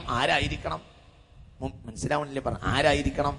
മുഅ്മിനീങ്ങളായിരിക്കണം. മുഅ്മിനീങ്ങളായിരിക്കേണ്ടതാണ്. 100 ആളുകൾ മയ്യിത്ത് നമസ്കരിക്കുകയാണെങ്കിൽ കുല്ലുഹും യശ്ഫഊന ലഹു ഖാല റസൂലുള്ളാഹി. ഇനി വളരെ ശ്രദ്ധിക്കേണ്ട ഒരു കാര്യം മുഅ്മിനീങ്ങളെ, ഒരാൾ മരിച്ചാൽ അയാളുടെ ഖറാബത്തനുസരിച്ച് അയാൾക്ക് മയ്യിത്ത് നമസ്കാരത്തിന് നേതൃത്വം നൽകാവുന്നതാണ്. വാപ്പ മരിച്ചാൽ മയ്യിത്ത് നമസ്കരിക്കാൻ ഏറ്റവും പ്രധാനപ്പെട്ട അർഹൻ ആരാണ്? മകൻ തന്നെയാണ്. ശ്രദ്ധിക്കണം, മകൻ തന്നെയാണ്. ഇങ്ങനെ വളരെ ചിന്തിക്കണം. ആ പദവി അനുസരിച്ച് അവർക്കുള്ള അധികാരമൊക്കെ ഉണ്ടാകുന്നതാണ്. എങ്കിലും സ്വാലിഹീങ്ങളായ ആളുകൾ പരിസരത്തുണ്ടെങ്കിൽ ഈ വിഷയം ഇത്തരം ആളുകൾക്ക് വിട്ടുകൊടുക്കുന്ന ഒരു പരിപാടി മുസ്ലിം ലോകത്ത് നിലവിലുണ്ട്. അത് ഏറ്റവും ഗൗരവമായി ചിന്തിക്കേണ്ടതുമാണ്. ഇന്നത്തെ സാഹചര്യത്തിൽ വിശേഷിച്ചു. അതായത് ഒന്ന് ഷർത്ത് ഫർദിനെ കുറിച്ചുള്ള വേണ്ടത്ര ബോധം മക്കൾക്ക് ഇല്ല. അല്ലെങ്കിൽ അവര് ഒന്ന് താരിഖ് സ്വലാത്താണ്, നമസ്കാരം ഉപേക്ഷിക്കുന്ന ആളാണ് ആര്? മകൻ. മനസ്സിലായില്ലേ? നിസ്കാരം ആവശ്യം ഉണ്ടാവുമ്പോൾ നിസ്കരിക്കും, ഇല്ലെങ്കിൽ നിസ്കരിക്കാത്ത താരിഖ് സ്വലാത്താണ്. അല്ലെങ്കിൽ ദീനിന്റെ അമലുകളിൽ പലതും പൊളിച്ചു കളയുന്നവനാ. അല്ലെങ്കിൽ വൈകുന്നേരം ആയാല് സിനിമ കാണുന്നവനാ. നിനക്ക് കൂട്ടിക്കോളും, ഞാൻ കൂട്ടിക്കോളും, ഇതൊക്കെ കൂട്ടിക്കോളും. എനിക്ക് തോന്നുന്ന എല്ലാം ചെയ്താലും അതിനൊക്കെ നശിപ്പിച്ച് കളയാൻ മാത്രം എന്ത് മതിയാവും? ആ സിനിമ മതിയാവും. ഇതൊക്കെ വൈകുന്നേരമായ സിനിമ കാണുന്ന ഈ ജാതി മക്കളാണ് എങ്കിൽ പിന്നെ സുലഹാക്കൾ സാലിഹീങ്ങൾ ഇമാമ് നിൽക്കലായിരിക്കും മയ്യത്തിന്റെ മസ്ലഹത്ത് എന്ന് നമ്മൾ മനസ്സിലാക്കണം. മയ്യത്തിന്റെ മസ്ലഹത്താ പരിഗണിക്കേണ്ടതും, അതാ പരിഗണിക്കേണ്ടത്. ഇനി ഞാൻ നിങ്ങൾക്ക് തെളിവ് പറഞ്ഞുതരാം. ഞാൻ വല്ല നീട്ടുന്നില്ല, ഒരു തെളിവ് പറഞ്ഞുതരാം. ലോകം കണ്ട പ്രധാനയായ പ്രഗത്ഭനായ നേതാവല്ലേ മഹാനായ ഉമർ ബിൻ ഖത്താബ് റളിയല്ലാഹു അൻഹു മരിച്ചു. സദസ്സിൽ മദീനയിൽ ആരുണ്ട്? ബഹുമാനപ്പെട്ട ഇബ്നു ഉമർ. ആരാണ് ഇബ്നു ഉമർ? ആരാണ് ഇബ്നു ഉമർ? മിൻ അഅ്ലമിൽ ഉലമായി. മുസ്ലിം ലോകം 1400 കൊല്ലം കണ്ട പണ്ഡിതന്മാരിൽ ഉന്നതൻ. ഭയങ്കര ശ്രദ്ധിക്കണം. മുസ്ലിം ലോകം 1400 കൊല്ലം കണ്ട പണ്ഡിതന്മാരിൽ ഏറ്റവും ഉന്നതനായ ഒരാളാണ് ബഹുമാനപ്പെട്ട മുത്തബിഉസ് സുന്ന ഇബ്നു ഉമർ റളിയല്ലാഹു അൻഹു. ആ സദസ്സിലുണ്ടായിട്ടും മയ്യിത്ത് നമസ്കരിപ്പിച്ചത് ബഹുമാനപ്പെട്ട സുഹൈബിനെ കൊണ്ടാണ് റളിയല്ലാഹു അൻഹു. ശ്രദ്ധിക്കണം കേട്ടോ, ശ്രദ്ധിക്കണം. സുഹൈബ് മകനല്ല, മകൻ സ്ഥലത്തുണ്ട്, മകൻ ചില്ലറക്കാരനുമല്ല, മകൻ വലിയ ആലിമാണ്, ഉന്നതനാണ്. ആര്? ഇബ്നു ഉമർ റളിയല്ലാഹു അൻഹു വലിയ ഉന്നതനാണ്. പക്ഷേ മയ്യിത്ത് നമസ്കരിച്ചത് ബഹുമാനപ്പെട്ട സുഹൈബാണ്. സുഹൈബിന് സ്വഹാബികൾ വലിയ പ്രാധാന്യം കൊടുത്തിരുന്നു. ആ സദസ്സിൽ സുഹൈബ് ഉണ്ടായിരുന്നു. അപ്പോൾ സുഹൈബിനെ ഇമാമ് നിർത്തി. എന്തുകൊണ്ട്? സുഹൈബ് ആരാന്നറിയോ? നസല ഫീഹിൽ ഖുർആൻ, അദ്ദേഹത്തിന്റെ കാര്യത്തിൽ ഖുർആൻ ഇറങ്ങിയിട്ടുണ്ട് എന്നത് കാരണം. മനസ്സിലായില്ല? ശ്രദ്ധിക്കണം, ശ്രദ്ധിക്കണം, ഇത് ശ്രദ്ധിക്കണം, ഇത് ശ്രദ്ധിക്കണം, ഇത് മനസ്സിലാക്കണം. അതുകൊണ്ട് തന്നെയാണ് ഭാര്യ മരിച്ചപ്പോൾ ബഹുമാനപ്പെട്ട മഹാനായ ശംസുൽ ഉലമാ റഹിമഹുല്ലാ ഭാര്യ മരിച്ചപ്പോൾ മയ്യിത്ത് നമസ്കരിപ്പിച്ച് ഭാര്യ മരിച്ചപ്പോൾ ലോകം കേരളം കണ്ടിട്ടുള്ള, ഒരു നിലക്ക് ലോകം കണ്ടിട്ടുള്ള നിപുണന്മാരായ നമ്മുടെ സമാനിലെ ആലിമീങ്ങളിൽ ഒരാളാണല്ലോ ബഹുമാനപ്പെട്ടവർ. എന്നാലും അഹ്ലു ബൈത്ത് വന്നിട്ടാണ് നമസ്കരിച്ചത്. എന്തുകൊണ്ട്? വളരെ നമ്മളത് ചിന്തിക്കണം. ഇത് ഗൗരവമായി ചിന്തിക്കേണ്ട വിഷയമാണ്. ഇന്നും ഒരാൾ മരിച്ചാലുണ്ട്, ഞാൻ നേരത്തെ പറഞ്ഞതുപോലെ, ഇന്നലെ പറഞ്ഞതുപോലെ, മക്കളങ്ങോട്ട് കയറി നിൽക്കാൻ അവന് ഷർത്ത് അറിഞ്ഞാലും വേണ്ടില്ല, ഫർദ് അറിഞ്ഞാലും വേണ്ടില്ല, ഇല്ലെങ്കിലും വേണ്ടില്ല, അവൻ താരിഖ് സ്വലാത്ത് ആയാലും വേണ്ടില്ല, വൈകുന്നേരം ആയാൽ സിനിമ കൊണ്ടായാലും വേണ്ടില്ല, പെരുന്നാളിന് ഗാനമാല ഉണ്ടാക്കിയവനായാലും വേണ്ടില്ല, എന്തായാലും വേണ്ടില്ല, എവിടെയായാലും വേണ്ടില്ല, ഉള്ള പ്രകടനത്തിനൊക്കെ കൂടിയിട്ട് നേരെ എതിരാളിയെ ചീത്ത വിളിക്കുന്നവന് ആരായാലും വേണ്ടില്ല, ഞാനല്ലേ ബാപ്പാന്റെ മകൻ, അതുകൊണ്ട് ഞാൻ തന്നെ. എത്രത്തോളം പറഞ്ഞാൽ ഉന്നതന്മാരായ ആലിമീങ്ങളെ ബാക്കിൽ നിർത്തിയിട്ട് ഈ അവകാശം കാണിക്കുന്ന ചില മക്കൾ സത്യത്തിൽ ബാപ്പയോട് കാണിച്ച ഏറ്റവും വലിയ അനാദരവായിരിക്കും ഇത് എന്ന് ഗൗരവമായി മക്കൾ ആലോചിക്കേണ്ടതാണ്. അത്തരം മക്കൾ അല്ലോണം ചിന്തിക്കണം. അല്ലാതെ എല്ലാ ഷർത്തും പറന്നും ദീനും സ്വലായത്തുള്ള മക്കളെ പറ്റിയല്ല ഞാൻ പറയുന്നത്. ഇനി എല്ലാം ഉണ്ടെങ്കിൽ തന്നെ അതിനേക്കാൾ മുണ്ടിച്ചത് ആരെയാണ്? ബഹുമാനപ്പെട്ട സുഹൈബിനെയാണ്. എന്താ സുഹൈബിന്റെ പ്രത്യേകത? അതും പറയാം. എന്താ സുഹൈബിന്റെ പ്രത്യേകത? സുഹൈബ് മക്കയിൽ നിന്ന് മദീനയിലേക്ക് ഹിജ്റ വരുമ്പോഴാണ് അള്ളാഹു സുഹൈബിനെ, ഒരു മനുഷ്യനെ അള്ളാണ് പ്രശംസിക്കുക. അള്ളാഹു ഒരു മനുഷ്യനാണ് പ്രശംസിച്ചിട്ട് ആയത്തുണ്ട് ഇറക്കുന്നത്. അപ്പൊ എത്ര വലിയ മനുഷ്യനായിരിക്കണം. മക്കയിൽ നിന്ന് മദീനയിലേക്ക് ഹിജ്റ വരുമ്പോൾ മക്കക്കാർ അദ്ദേഹത്തെ തടഞ്ഞു വെച്ചു. സുഹൈബെ പോകാൻ പറ്റില്ല. വാശി പിടിച്ചു, മദീനയിലേക്ക് പോകാൻ സമ്മതിക്കൂല എന്ന് പറഞ്ഞു. എനിക്ക് പോകാൻ കഴിയില്ല. ഒട്ടകത്തിന് പിടിവലി കൂടി കഅബാലയം തവാഫ് ചെയ്ത് മദീനയിലേക്ക് പുറപ്പെടാൻ വേണ്ടി വന്നതായിരുന്നു. കഅബാലയം തവാഫ് ചെയ്ത് ഇറങ്ങാൻ പുറപ്പെട്ടപ്പോൾ ബാല്യക്കാര്, അങ്ങാടി പിള്ളേർ വന്ന് കുറേശ്ശി നേതാക്കളും വന്ന് തടഞ്ഞു. ബഹുമാനപ്പെട്ട സുഹൈബ് റളിയല്ലാഹു അൻഹു അവരും തമ്മിൽ മൽപിടുത്തമായി. മദീനയിലേക്ക് പോകാൻ സമ്മതിക്കൂല എന്ന് പറഞ്ഞു. അവസാനം ബഹുമാനപ്പെട്ട സയ്യിദുനാ സുഹൈബിനോട് അവർ പറഞ്ഞു, പോവാം, പക്ഷേ നീ ഇതുവരെ ജീവിതത്തിൽ ഉണ്ടാക്കിയ എല്ലാ സമ്പത്തും ഒരു ചില്ലിക്കാശില്ലാതെ ഞങ്ങളെ ഏൽപ്പിച്ചാൽ, നിന്റെ ഭാണ്ഡക്കെട്ടിലുള്ള നീ കച്ചവടക്കാരനല്ലേ, മക്കയിലെ കച്ചവടക്കാരനല്ലേ, എല്ലാ സ്വർണത്തിന്റെയും വെള്ളിയുടെയും ഉരുപ്പടികളും ധനങ്ങളും മുഴുവനും ഒരു ചില്ലിക്കാശില്ലാതെ ഫഖീറായി ഒന്നുമില്ലാതെ എല്ലാം ഞങ്ങളെ ഏൽപ്പിച്ച് മദീനയിലേക്ക് ഒന്നുമില്ലാതെ ദരിദ്രനായി പോകാൻ നീ തയ്യാറുണ്ടെങ്കിൽ പോയിക്കോ, അല്ലെങ്കിൽ സമ്മതിക്കൂല. അപ്പോൾ സുഹൈബ് പറഞ്ഞു, എന്നാ നിങ്ങൾ നേരത്തെ പറഞ്ഞാൽ മതിയായിരുന്നല്ലോ, ഇത്ര പിടുത്തം കൂടണ്ടില്ല. ജീവിതത്തിൽ ഇതുവരെ സമ്പാദിച്ചത് മുഴുവനും സുഹൈബ് കൊടുത്തു. എല്ലാം കൊടുത്തു. ഒരു റിവായത്തനുസരിച്ച് ഭാര്യയെ വരെ മക്കയിൽ ഉപേക്ഷിക്കണമെന്ന് പറഞ്ഞു. ആയിക്കോട്ടെ, എല്ലാം ചെയ്ത് മദീനയിലേക്ക് ഒന്നുമില്ലാതെ, കാൽക്കാശില്ലാതെ, ധനമുണ്ടായിരുന്നു, എല്ലാം മക്കയിൽ ഉപേക്ഷിച്ചിട്ട് കാശില്ലാതെ, ഉടുത്ത വസ്ത്രമില്ലാതെ മദീനയിലേക്ക് കയറി ചെന്നു മഹാനായ സയ്യിദുനാ സുഹൈബ്. ബഹുമാനപ്പെട്ടവര് കയറി മദീനയിലെത്തിയപ്പോൾ സുഹൈബ് പള്ളിയിലേക്ക് കയറി ചെന്നപ്പോ റസൂലുള്ള മദീന പള്ളിയിലുണ്ട്. കുറെ കാലം കഴിഞ്ഞിട്ട് റസൂലുള്ള മദീനയിൽ വന്നിട്ട് പിന്നെ കുറച്ചു കാലം കഴിഞ്ഞിട്ടാ സുഹൈബ് വരുന്നത്. മദീന പള്ളിയിൽ ഹബീബായ റസൂലുള്ളാഹി സ്വല്ലല്ലാഹു അലൈഹി വസല്ലമയുണ്ട്. സുഹൈബ് കയറി വന്നപ്പോൾ പറഞ്ഞു, റബിഹൽ ബൈഅ സുഹൈബ്, ലാഭം കിട്ടിയ കച്ചവടക്കാരൻ സുഹൈബാകുന്നു. ഇത് വലിയ കച്ചവടം, ലാഭം.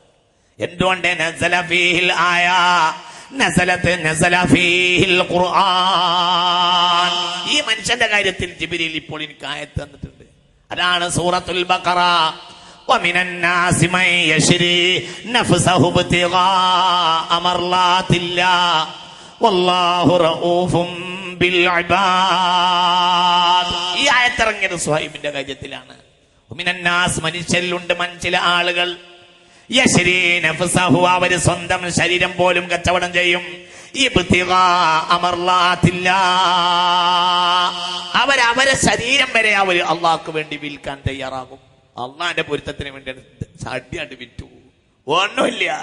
മക്കയിലെ സമുന്നതനായ കച്ചവടക്കാരന്റെ കയ്യിൽ ചില്ലിക്കാശില്ലാതെ ഇലാ ഹിജ്റത്തി റസൂലില്ലാഹ്, ഹബീബായ റസൂലുള്ളാഹിയിലേക്ക് ഹിജ്റ പോയ സുഹൈബ് സദസ്സിലുണ്ടാകുമ്പോൾ പിന്നെ ഞാൻ നമസ്കരിക്കുന്നത് അദബ് കേടാണെന്ന് മനസ്സിലാക്കി ആര്? ലോകം കണ്ട മഹാപണ്ഡിതനായ മുത്തബിഉ സുന്ന ഇബ്നു ഉമർ റളിയല്ലാഹു അൻഹു. ഇനി നിങ്ങൾ ചിന്തിക്കുക, ഇനി നിങ്ങൾ ആലോചിക്കുക, എന്താ വേണ്ടത്? ഇത് വളരെ ചിന്തിക്കണം. സലാഹത്തിന്റെയും ഖൈറിന്റെയും അഹ്ലുകാരുണ്ടെങ്കിൽ, ആലിമീങ്ങൾ, മുത്തഖീങ്ങൾ, സൂക്ഷ്മതയുള്ള ആളുകൾ ഇപ്പോഴുണ്ട്, ഇഷ്ടം പോലുണ്ട്. അപ്പോഴേ ലോകം നിലനിൽക്കൂ.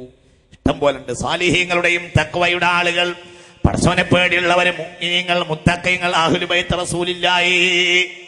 അഹ്ലു ബൈത്ത് ചെറിയ ആളല്ലല്ലോ. ഇൻകാന ഹുബ്ബി റബ്ബി ഹുബ്ബ ആലി മുഹമ്മദി ഫറഅലി കറംബുൻ ലസ്തു അൻഹു വതൂബു. ഇമാം ശാഫിഈ റളിയല്ലാഹു അൻഹു പറഞ്ഞു, ഞാൻ പറഞ്ഞല്ലോ, ഏറ്റവും സമുന്നതമായ വിഭാഗമല്ലേ ബഹുമാനപ്പെട്ട അഹ്ലു ബൈത്ത് റസൂലില്ലാഹി. ഇത്തരം ആളുകൾ, ആലിമീങ്ങൾ, ഇവരൊക്കെ ഉണ്ടാവുന്ന സദസ്സിൽ അവരൊക്കെ ബാക്കിൽ നിർത്തിയിട്ട് മുന്നിൽ നിന്ന് നമസ്കരിക്കുന്ന ഇന്നത്തെ ചില ശൈലികൾ, അത് അഹങ്കാരത്തിന്റെ ശൈലിയാണ്, അത് മസ്ലഹത്തിന്റെ ശൈലി അല്ല. പ്രത്യേകിച്ച് ഇന്നത്തെ സാഹചര്യങ്ങളിൽ ആ കാര്യം ഗൗരവമായി ചിന്തിക്കേണ്ടതാണ്. വേണമെങ്കിൽ ബാപ്പാർക്ക് ഈ വിഷയത്തിൽ മക്കളുടെ അനുമാനത്തോടു കൂടെ നേരത്തെ തന്നെ വസിയത്ത് ചെയ്തു വെക്കുകയും ചെയ്യാവുന്നതാണ്. ഇന്നത്തെ കാലത്ത് നല്ല പ്രവർത്തനവുമാണ്. കാരണം നമ്മളെ മക്കളെ കുറിച്ച് ആർക്കും അറിയില്ലെങ്കിൽ നമുക്കറിയില്ല. ഏറ്റവും ചുരുങ്ങിയ നമസ്കാരം ഒഴിവാക്കേണ്ട അവസ്ഥ എന്താ? സ്വലാത്തു ഇമാദുദ്ദീൻ ഫമൻ അഖാമഹാ ഫഖദ് അഖാമദ്ദീൻ വമൻ തറകഹാ ഫഖദ് ഹദമദ്ദീൻ. നമസ്കാരം ദീനിന്റെ തൂണാണ്. അത് നിലനിർത്തിയവൻ ദീൻ നിലനിർത്തി, അതില്ലാതെയാക്കിയവൻ ദീനിനെ പൊളിച്ചു എന്ന് ഖാല റസൂലുള്ളാഹി. അങ്ങനത്തെ ഒരാള് അവൻ നമ്മളെ മകനാണെങ്കിലും എന്തായിട്ടുള്ളത് ചിന്തിക്കണം. രാവും പകലും സിനിമ കാണുന്നവരെ പറ്റി എന്റെ ഖുർആൻ പറഞ്ഞ ഉലൈക ലഹും അരാബും മുഹീൻ വഇദാ തുത്ലാ അലൈഹി ആയാതുനാ വല്ലാ മുസ്തക്ബിറ കഅല്ലം യസ്മഅഹാ കഅന്ന ഫീ ഉദ്നൈഹി വഖറാ ഫബശ്ശിർഹു ബിഅദാബിൻ അലീം. രാവും പകലും സിനിമ കാണുന്നവരെ പറ്റി എന്തേ പറഞ്ഞ് ഫബശ്ശിർഹു ബിഅദാബിൻ അലീം. ഈ തമ്മാടിത്തരത്തിന്റെ വാദ്യോപകരണങ്ങൾ രാവും പകലും ഉപയോഗിക്കുന്ന ആളുകൾക്ക് വേദനാജനകമായ ശിക്ഷ ഉണ്ടാവും എന്നാ പറഞ്ഞിട്ടുള്ളത്. അത്തരം ആളുകൾ നമ്മളെ മയ്യത്ത് സ്കെച്ചിട്ട് എന്താ നമുക്ക് കേട്ടുള്ളത്? നമ്മളെ മക്കളാണെങ്കിൽ പോലും അല്ലാഹു നമ്മളെ കാത്തുരക്ഷിക്കട്ടെ. അതുകൊണ്ട് മുഅ്മിനീങ്ങളെ ചിന്തിക്കണം. രണ്ട് കാര്യം ചെയ്യാം. മക്കളെ ആ അവസ്ഥയിലേക്ക് ഉയർത്തിക്കൊണ്ടുവരിക. ഇനി മക്കളെ ഉയർത്തിയാൽ തന്നെ സലായത്തിന്റെ ഹൈറിന്റെ ആളുകളെ കണ്ടുവെക്കുക. ഇന്നത്തെ കാലത്തൊക്കെ വിശേഷിച്ചും മക്കള് നമസ്കരിക്കണം എന്ന് പറഞ്ഞാൽ അതിന്റെ അർത്ഥം മക്കൾക്ക് ഇതിന് അവകാശമുണ്ട്. ഇനി ഉസ്താദിനെ വിളിച്ചിട്ട് പറയേണ്ട അവകാശം ആർക്കാണ്? മനസ്സിലായില്ലേ? അത്രേ ഉള്ളൂ. അത്രയാണ്. അല്ലാതെ മക്കളെ നമസ്കരിച്ചാൽ നമസ്കാരം വിടൂ എന്നല്ല. ഇന്നത്തെ കാലത്ത് പ്രത്യേകിച്ചത് മസ്ലഹത്തുൽ മയ്യിത്താ പരിഗണിക്കേണ്ടത്, ബറക്കത്തുൽ മയ്യിത്താണ് പരിഗണിക്കേണ്ടത്. നിങ്ങൾ കണ്ടല്ലോ, ഹബീബായ റസൂലുള്ളാഹി അണിഞ്ഞിരുന്ന കുപ്പായം ഒരു സ്വഹാബി വാങ്ങി വെച്ചു. ഫകാനത്ത് കഫനഹു, ആ കുപ്പായം ആ സ്വഹാബിയുടെ കഫൻ. എന്തിനാണ് ആ സ്വഹാബി കുപ്പായം കഫനാക്കി വെച്ചത്? ഹബീബായ റസൂലുള്ളാഹി അണിഞ്ഞ കുപ്പായം അത് കഫനാക്കി പോയാൽ ഖബറിൽ രക്ഷപ്പെടുമെന്നുള്ള ആ മുഅ്മിനായ മനുഷ്യന്റെ ചിന്തയാണ് ഇതിന് കാരണം. അപ്പൊ ഇത്തരം നല്ല ആളുകളെ കൊണ്ടൊക്കെ ഈ വിഷയത്തിൽ മുന്നിൽ നിർത്താൻ കാര്യഗൗരവം ഈ വിഷയത്തിൽ ഓരോരുത്തരും ചിന്തിക്കണമെന്ന് സാന്ദർഭികമായി ഓർമ്മപ്പെടുത്തുകയാണ്. അല്ലാഹു ആഫിയത്തിനെ തരട്ടെ. മയ്യിത്ത് നമസ്കാരത്തിന്റെ അർഹതയും അവകാശവും ബാധ്യതയും പുരുഷന്മാർക്കാണ്. കേട്ടോളൂ, ഞാൻ പറഞ്ഞ മാതിരി മനസ്സിലാക്കി. മയ്യിത്ത് നമസ്കാരത്തിന്റെ ബാധ്യതയും പ്രധാന അർഹതയും അവകാശവും ബാധ്യതയും ഫർള് കിഫായത്തും എല്ലാം പുരുഷന്മാർക്കാണ്. 1 കോടി പെണ്ണുങ്ങൾ മയ്യിത്ത് നമസ്കരിച്ചാലും കടമ വീടുകയില്ല.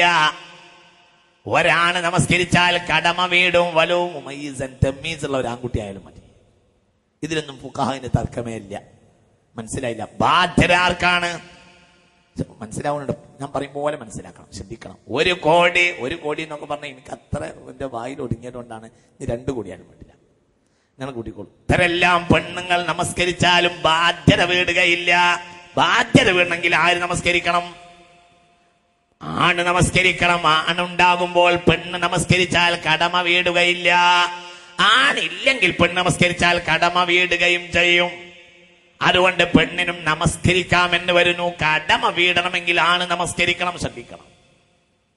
എന്നാൽ ആണ് തീരെ ഇല്ലാതെയായാൽ പെണ്ണ് നമസ്കരിക്കാം. പെണ്ണിന്റെ കൊണ്ട് കടമ വീടും. ആണില്ലാതെയായാൽ ഒരു തെമ്മീസുള്ള കുട്ടി പോലും ആൺകുട്ടി പോലും ഇല്ലാത്ത സാഹചര്യത്തിലെ പെണ്ണിനെ കൊണ്ട് കടമ വീടൂ. നിസ്കരിക്കണ കാര്യമല്ല പറഞ്ഞത്. മയ്യത്തിനെ നമസ്കരിച്ച് നമ്മൾ പറഞ്ഞയച്ചു എന്നൊരു കടമ ഉണ്ടല്ലോ, മനസ്സിലായില്ല? നമസ്കരിക്കുന്ന കാര്യമല്ല പറഞ്ഞത്. നമസ്കാരം ആർക്കൊക്കെ ആവാമെന്നല്ല ഞാൻ ഇപ്പോൾ പറഞ്ഞത്. ഞാൻ പറഞ്ഞത് ആ ബാധ്യത ആണുങ്ങൾക്കാണ്. ശ്രദ്ധിക്കണം. ചില കാര്യങ്ങൾക്കൊക്കെ ബാധ്യതയുണ്ട്, ആണുങ്ങൾക്കാണ്. ആണുങ്ങൾ എന്നൊരു പ്രത്യേക വിഭാഗം തന്നെയാണ്. ഉദാഹരണം പറയാ മയ്യത്തിനെ ചുമന്നു കൊണ്ടുപോകേണ്ടത് ആണുങ്ങളാണ്. മയ്യത്തിനെ ഖബറിൽ ഇറക്കേണ്ടത് ആണുങ്ങളാണ്. ഹബീബായ റസൂലുള്ളാഹിന്റെ പെൺമക്കൾ ഉണ്ടായിട്ട് കൂടും, ഫാത്തിമ ബീവി തൊട്ടടുത്തുണ്ടായിട്ട് പോലും ഉമ്മു കുൽസൂം റളിയല്ലാഹു അൻഹു മരണപ്പെട്ടപ്പോൾ ഹബീബായ റസൂലുള്ളാഹി ആണുങ്ങളെ ഇറക്കി മറവ് ചെയ്യിപ്പിച്ചു എന്ന് സ്വഹീഹുൽ ബുഖാരി. ആണുങ്ങളെ കൊണ്ടാണ് അത് ചെയ്യിപ്പിച്ചത്, പെണ്ണുങ്ങൾ അല്ല. ചില വിഷയങ്ങൾക്കൊക്കെ ചില പ്രാധാന്യങ്ങളുണ്ട്, ശ്രദ്ധിക്കണം. എന്നാൽ ശ്രദ്ധിക്കണം. എന്നാൽ പെണ്ണുങ്ങൾ നമസ്കരിച്ചിട്ടുണ്ട്, ആണുങ്ങൾ ഉണ്ടെങ്കിലും പെണ്ണ് നമസ്കരിച്ചാൽ അതൊരു പുണ്യകരമായി ആ അമല് വീടുന്നതാണ് എന്നാണ് മിക്കവാറും ഫുഖഹാഇന്റെ അഭിപ്രായം. ഈ വിഷയത്തിൽ അഭിപ്രായ വ്യത്യാസം ഫുഖഹാഇനുണ്ട്. എങ്കിലും ആണുങ്ങൾ ഉണ്ടാകുവേ നമസ്കരിച്ചാലും അതൊരു സൽക്കർമ്മമായി സ്വീകരിക്കപ്പെടും എന്നു തന്നെയാണ് പ്രധാനാഭിപ്രായം. ശാഫിഈ മദ്ഹബിന്റെ ഫിഖ് അനുസരിച്ച് അങ്ങനെയാണ്. ബഹുമാനപ്പെട്ട ആയിഷ ബീവി റളിയല്ലാഹു അൻഹ അടക്കമുള്ള ഉമ്മുൽ മുഅ്മിനീങ്ങൾ മുസ്തഫ റസൂലുള്ളാഹിന്റെ ഭാര്യമാർ തന്നെ നബിക്ക് ശേഷം പോലും മയ്യിത്ത് നമസ്കരിച്ചതായി ഇമാം മുസ്ലിം അടക്കം സ്വഹീഹിൽ രേഖപ്പെടുത്തിയിട്ടുമുണ്ട്.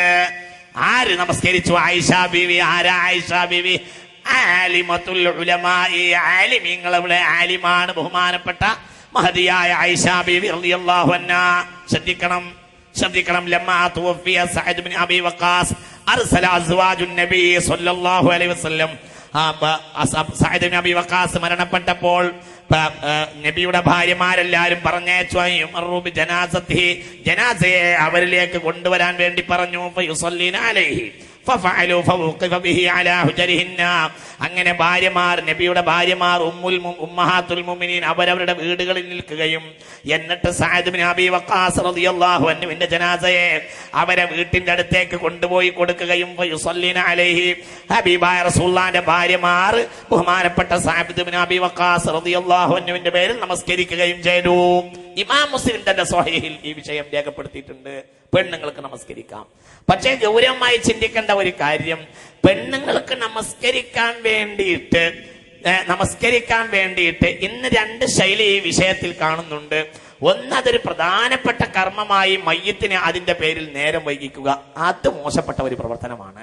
മയ്യിത്തിനെ മോശം, കാരണം മയ്യത്തിന്റെ പേരിലുള്ള പ്രധാനപ്പെട്ട ഫർളായ കടമ ഇപ്പോഴും ഇവിടെ ബാക്കിയാണ്. ഇനി വളരെ ചിന്തിക്കണം. അഹ്ലുൽ മയ്യിത്തായ പെണ്ണുങ്ങളോ മറ്റുള്ളവരോ നേരത്തെ ഉളൂ കൊണ്ട് ഒരുങ്ങി നിൽക്കുകയും എന്നിട്ട് അവരെ മയ്യത്തിന് നമസ്കരിക്കുകയും ചെയ്യുകയാണെങ്കിൽ വിരോധമൊന്നുമില്ല.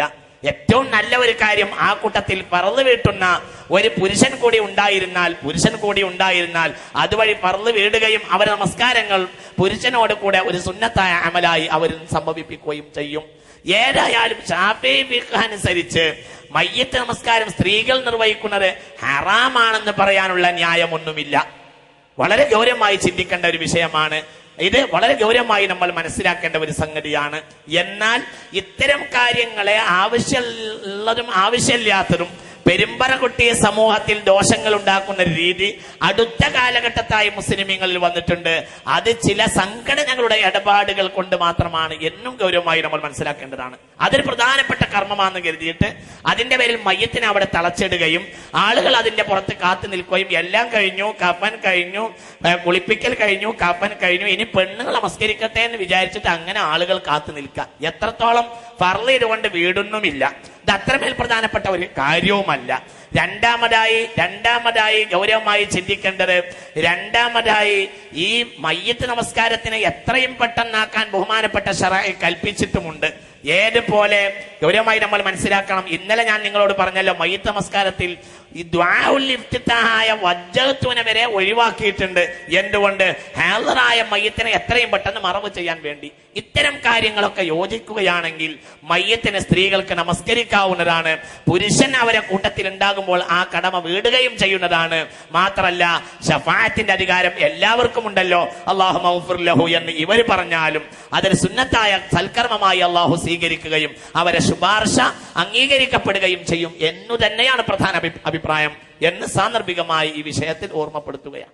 ഹബീബായ റസൂലുള്ളാഹി സ്വല്ലല്ലാഹു അലൈഹി വസല്ലം തങ്ങൾ ചില മയ്യിത്തിന്റെ മേലെ നമസ്കരിച്ചിട്ടില്ലാന്ന് ഈ കഴിഞ്ഞ പ്രസംഗങ്ങളിൽ ഒരിടത്ത് ഞാൻ പറഞ്ഞു. അത് ഗൗരവമായ അന്ന് ഞാൻ പറഞ്ഞിരുന്നു. അതിന്റെ ഗൗരവത്തെ അറിയിക്കാൻ വേണ്ടിയാണ്. ആത്മഹത്യ ചെയ്ത ആളുടെ മേൽ ഹബീബായ റസൂലുള്ളാഹി നിസ്കരിച്ചിട്ടില്ല. എന്തുകൊണ്ട്? ആത്മഹത്യ ഒരു ഗൗരവമാണ് എന്ന് അറിയിക്കാൻ വേണ്ടിയാ. എന്നാൽ ആത്മഹത്യ ചെയ്തവരുടെ മേൽ ഇമാമും ഇമാം അല്ലാത്തവരും നമസ്കരിക്കേണ്ടതാണ്. അഹ്ലുൽ ഖിബ്ല, അള്ളാഹുവിന്റെ ദീനിനെ അംഗീകരിക്കുകയും ഖിബ്ലയിലേക്ക് തിരിഞ്ഞ് നമസ്കരിക്കുകയും ചെയ്യുന്ന എല്ലാ ആളുകളുടെ മേലും നാം മയ്യിത്ത് നമസ്കരിക്കണം എന്നു തന്നെയാണ് പ്രധാന അഭിപ്രായം. ഇത് ബഹുമാനപ്പെട്ട ഇബ്നു ഹജർ തങ്ങൾ തുഹഫയിൽ രേഖപ്പെടുത്തിയിട്ടും ഉണ്ട്. ശ്രദ്ധിക്കുക എല്ലാവരും. വലൗകാന സാലിഹൻ ഔ ഫാസിഖൻ, സാലിഹായ ആളാണെങ്കിലും വേണ്ടില്ല, ഇനി ഫാസിഖായ ആളാണെങ്കിലും വേണ്ടില്ല, ആരാണെങ്കിലും വേണ്ടില്ല, ആര് മരിച്ചാലും, എത്ര മോശപ്പെട്ടവരായാലും ആര് മരിച്ചാലും അവരെ കാര്യത്തിലെല്ലാം മയ്യിത്ത് നമസ്കരിക്കാം എന്നു തന്നെയാണ് പ്രധാനപ്പെട്ട അഭിപ്രായം. മയ്യിത്ത് ആത്മഹത്യ ചെയ്ത ആളുടെ മേൽ മയ്യിത്ത് നമസ്കരിച്ചില്ല ഹബീബായ റസൂൽ സ്വല്ലല്ലാഹു അലൈഹി വസല്ലം. അതിന്റെ അർത്ഥം ആത്മഹത്യ ചെയ്യുടെ മേൽ മയ്യിത്ത് നമസ്കരിക്കാൻ പാടില്ല എന്നല്ല. അങ്ങനെ മനസ്സിലാക്കരുത്. ആരോ ഒരാൾ വെള്ളിവർമ്മനോ മറ്റോ വന്ന ഒരാൾ എന്നോട് ചോദിച്ചു, ഞങ്ങളുടെ നാട്ടിൽ അങ്ങനെ ഒരു പ്രശ്നം ഉണ്ടായി, മയ്യിത്ത് നമസ്കരിക്കാൻ പാടില്ല എന്നൊരു അഭിപ്രായം ഞങ്ങളാണ് ആ പ്രസംഗത്തിന് ശേഷം വന്നു. കുഴപ്പമൊന്നുമില്ല, മയ്യിത്ത് നമസ്കരിക്കണം എന്നു തന്നെയാണ് പ്രധാന അഭിപ്രായം. എത്രത്തോളം കടമുള്ള ആളുകളുടെ മേൽ ഞാൻ നമസ്കരിക്കണില്ല, നിങ്ങൾ നമസ്കരിച്ചോളൂ എന്ന് റസൂലുള്ളാഹി പറഞ്ഞിട്ടുണ്ടല്ലോ. ശ്രദ്ധിക്കണം. എന്റെ കടമുള്ള ആളുടെ മേൽ മയ്യിത്ത് നമസ്കരിച്ചുകൂടെ? നമസ്കരിക്കാം. എന്തിനു വേണ്ടിയാണ്? കാര്യത്തിന്റെ ഗൗരവം ബോധ്യപ്പെടുത്താൻ വേണ്ടിയാ. മനസ്സിലാക്കണം, ചിന്തിക്കണം. അങ്ങനെയാ മനസ്സിലാക്കേണ്ടത്. ഏതൊരു അഹ്ലുൽ മൻ ഖാല ലാ ഇലാഹ ഇല്ലല്ലാഹ്, ലാ ഇലാഹ ഇല്ലല്ലാഹ് എന്ന് പറഞ്ഞ ഏതൊരു മനുഷ്യനോടും ആ മനുഷ്യന് വേണ്ടി അവരാരു തന്നെയാണെങ്കിലും മയ്യിത്ത് നിസ്കരിക്കാം. ബഹുമാനപ്പെട്ട അബൂ ഉമാമ റളിയല്ലാഹു അൻഹു, പ്രഗൽഭ സ്വഹാബിയായ അബൂ ഉമാമ റളിയല്ലാഹു അൻഹുവിനോട് ഒരാൾ ചോദിച്ചു, അർറജുലു യശ്റബുൽ ഖംറ, ഒരാൾ കള്ള് കുടിക്കണ ആളാണ്, അയുസല്ല അലൈഹി, അയാളെ മേൽ മയ്യിത്ത് നിസ്കരിക്കാൻ പറ്റുമോ? കലന നിസ്കരിക്കാം. എന്തുകൊണ്ട്? അതൊന്നും നീ നോക്കണ്ട. ലഅല്ലഹുൽ തജഅ മറത്തൻ അലാ ഫിറാശിൻ ഫഖാല ലാ ഇലാഹ ഇല്ലല്ലാഹ് അസ്തഗ്ഫിറുല്ലാഹ്. ഒരു പക്ഷേ അയാൾ തന്റെ വിരിപ്പിൽ മരിക്കാൻ കിടക്കണ നേരത്ത്, മരിക്കണതിന് തൊട്ട് മുമ്പ് അയാൾ ഒരു ലാ ഇലാഹ ഇല്ലല്ലാഹ് എന്ന് ചൊല്ലിയിട്ട് റബ്ബേ ഒന്ന് പുറത്തുണ്ടാന്ന് പറയുകയും അള്ളാഹു ആ വാക്ക് അയാളിൽ നിന്ന് സ്വീകരിക്കുകയും ചെയ്യാമല്ലോ. അള്ളാഹു പുറത്തിട്ടുണ്ടാവും. നമ്മളിവിടെ അയാളെ കള്ളും പറഞ്ഞിരിക്കേണ്ട ആവശ്യമില്ല. അള്ളാഹു പൊറുക്കുന്ന ആരെമേലും പൊറുക്കും. ഞാൻ നിങ്ങൾക്കൊരു സംഭവം പറഞ്ഞില്ല, കേട്ട നല്ല തമാശയാണ്. വളരെ പ്രഗൽഭമായ ഹദീസ് മുസ്ലിമിലുണ്ട്. ഒരാൾ മരിക്കാൻ നേരത്തെ വസിയത്ത് ചെയ്തു. ശ്രദ്ധിക്കുന്നുണ്ടോ? ഒരാൾ മരിക്കാൻ നേരത്തെ കുടുംബത്തെയും നാട്ടുകാരെയും വിളിച്ചിട്ട് പറഞ്ഞു, ജനങ്ങളെ, നാട്ടുകാരെ, ഞാൻ മരിച്ചാൽ നിങ്ങൾ അങ്ങനെ മറവ് ചെയ്യരുത്. ഹരിഖൂനി, എന്നെ നിങ്ങൾ ചുട്ടുകരിക്കണം. ഇയാൾ ആള് മുസ്ലിമായിരുന്നു, മനസ്സിലാക്കണം കേട്ടോ, ശ്രദ്ധിക്കണം. ഒരു മുസ്ലിമായിരുന്നു, ഇസ്രായേലി കാലഘട്ടത്തിലുള്ള ഒരു മുസ്ലിമായ മനുഷ്യൻ. അയാൾ മുസ്ലിമിനുണ്ട്, സ്വഹീഹ് മുസ്ലിമെ ഹദീസ് രേഖപ്പെടുത്തിയിട്ടുണ്ട്. ബാബു റഹ്മത്തി, ബാബു അള്ളാന്റെ റഹ്മത്തിന്റെ അധ്യായം എന്ന് പറഞ്ഞെടുത്ത് ഈ ഹദീസ് രേഖപ്പെടുത്തിയിട്ടുണ്ട്.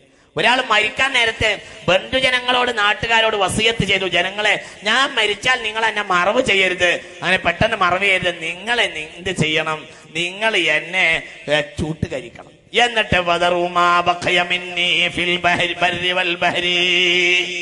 എന്നെ ചുട്ടുകരിച്ചിട്ട് പൊടി നിങ്ങൾ കടലിലും കരയിലും കൊണ്ടുപോയിട്ട് വെതറണം.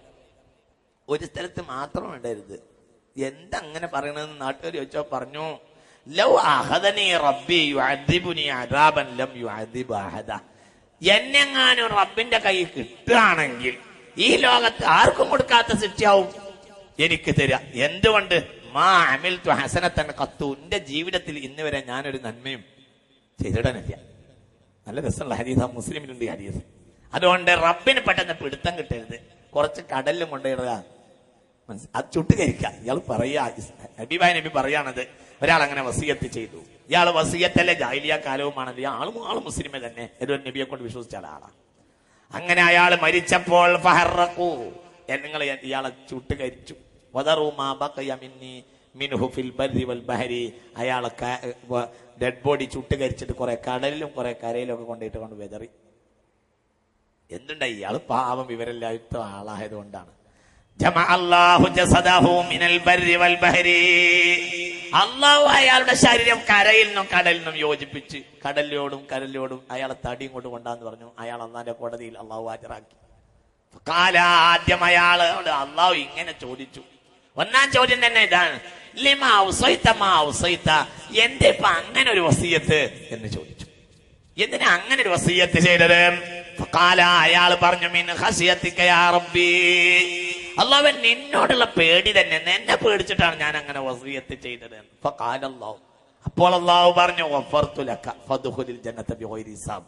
ഹിസാബ് ഒന്നും വേണ്ട, നീ സ്വർഗത്തിൽ കേട്ടോ, നീ എന്നെ കിടന്നോ, ഒരു പ്രശ്നമില്ല, നീ സ്വർഗത്തിൽ പ്രവേശിച്ചോ, നീ എന്നെ പേടിച്ചിട്ടുണ്ടല്ലോ, അത് മതിയെന്ന് അള്ളാഹു പറഞ്ഞുവെന്ന് ഖാല റസൂലുള്ളാഹി. എല്ലാരും മെനക്കെടണ്ടട്ടാ, ഇത് പറയുമ്പോ മെനക്കെടുന്ന, അങ്ങനെയാണെങ്കിൽ അത് നോക്കാലോ. അതൊക്കെ ഏതോ ഒരു മുയലിന് ഒരിക്കൽ ചക്ക കിട്ടിയത് കൊണ്ട് എല്ലാ മുയലിനും ഇനി അത് ചക്ക കൊണ്ട് മുയൽ കിട്ടുന്നൊന്നും ആരും വിചാരിക്കണ്ട, അങ്ങനൊന്നും വിചാരിക്കണ്ട. അതൊക്കെ ബൈ ചാൻസ് ഒത്തുപോയതാണ്, അതിന് മെനക്കെടൊന്നും വേണ്ട. അതായത് എന്ന് പറഞ്ഞതുപോലെ കള്ള് കുടിക്കണ ആളെ കാര്യത്തിൽ മയ്യിത്ത് നിസ്കരിക്കണോ, ഞാനിതൊന്നും വിശദീകരിക്കണില്ല. ആരാണെങ്കിലും അഹ്ലുൽ ഖിബ്ലയാണോ മയ്യിത്ത് നമസ്കരിക്കാം എന്ന് തന്നെയാണ്. കള്ളുടിക്കുന്ന ആൾ നിസ്കരിക്കണമെന്ന് ചോദിച്ചപ്പോൾ പ്രഗൽഭ സ്വഹാബിയായ അബൂ ഉമാമ റളിയല്ലാഹു അൻഹു പറഞ്ഞത്, ആ കള്ളു കുടിക്കുന്ന ആരെ കാര്യത്തിൽ നമസ്കരിക്കാം, ഒരു വിരോധമല്ല, അള്ളാഹു പുറത്തിട്ടുണ്ടാകും. നബി ഹുറൈറ റളിയല്ലാഹു അൻഹു ശ്രദ്ധിക്കണം, ഖബർ നല്ല സ്ഥലത്താകാൻ ഓരോരുത്തരും കൊടിക്കൽ, ഓരോരുത്തരുടെയും ശ്രദ്ധിക്കുക. ഇനി മറമാടുന്ന കാര്യം നമുക്ക് പറയാം. മറമാടുന്ന കാര്യത്തിലേക്ക് പ്രവേശിക്കാൻ ഞാൻ വളരെ ചുരുക്കാണ്. അള്ളാഹു നമുക്ക് നാഫിയായ ഇൽമിനെ തരട്ടെ. ഒന്നാമതായി പറയാ, ഓരോരുത്തരും ജീവിതകാലത്ത് കൊതിക്കേണ്ടതാണ്, എന്റെ ഖബർ അള്ളാഹുവേ നല്ല രൂപത്തിൽ നല്ല സ്ഥലത്താവേണമേ. 1. 2, നല്ലവരുടെ പരിസരത്താവേണമേ എന്ന് കൊതിക്കണം. ആഗ്രഹിക്കണം, ദുആ ചെയ്യണം. 2 കാര്യം ഞാൻ പറഞ്ഞത്. 1 നല്ല സ്ഥലത്താവുക, 2 നല്ല ആളുടെ പരിസരത്താവുക. 2നും പ്രാധാന്യമുണ്ട്. ശ്രദ്ധിച്ചോളൂ. അന്നബി ഹുറൈറ ഖാല ഖാല റസൂലുള്ളാഹി അർസല മലക്കുൽ മൗത്ത് ഇലാ മൂസ. സയ്യിദുനാ മൂസാ നബിയുടെ അടുത്തേക്ക് മലക്കുൽ മൗത്തിനെ നിയോഗിക്കപ്പെട്ടു. മലക്കുൽ മൗത്ത് വന്നു. മൂസ നബിയുടെ അടുത്ത് വന്നപ്പോൾ സക്കഹു, മൂസ നബി ഒരു അടി അങ്ങോട്ട് കൊടുത്തു മലക്കുൽ മൗത്ത്. കണ്ണിന് വേദനയായി, കണ്ണുപൊട്ടി. ആരുടെ കഥ പറയല്ല, ഇത് രാക്കഥയല്ല. സ്വഹീഹുൽ ബുഖാരി, ഇമാം ബുഖാരി ഹദീസ് സ്വഹീഹിൽ രേഖപ്പെടുത്തിയിട്ടുണ്ട്. ഹബീബ റസൂലുള്ള പറയാണ്, സയ്യിദുനാ ജിബ്രീൽ അസ്റായീൽ അലൈഹിസ്സലാത്തു വസ്സലാമിന് സയ്യിദുനാ മൂസാ നബിന്റെ അടുത്ത് വന്നു. മൂസാ നബിക്ക് മരക്കണ കാര്യം പറഞ്ഞപ്പോ ഒന്നാട്ട് കൊടുത്തു. ഇസ്രായേൽ. മലക്കുൽ മൗത്ത് നേരെ റബ്ബിലേക്ക് മടങ്ങിപ്പോയി. ഫഖാല, എന്നിട്ട് പറഞ്ഞു, അർസൽതനീ യാ റബ്ബി ഇലാ അബ്ദിൻ ലാ യുരീദുൽ മൗത. അല്ലാഹുവേ, മരണം ഇഷ്ടമല്ലാത്ത ഒരാളെ അടുത്ത് കാണണം, നീ എന്നെ പറഞ്ഞയച്ചത് റബ്ബേ എന്ന് പറഞ്ഞു.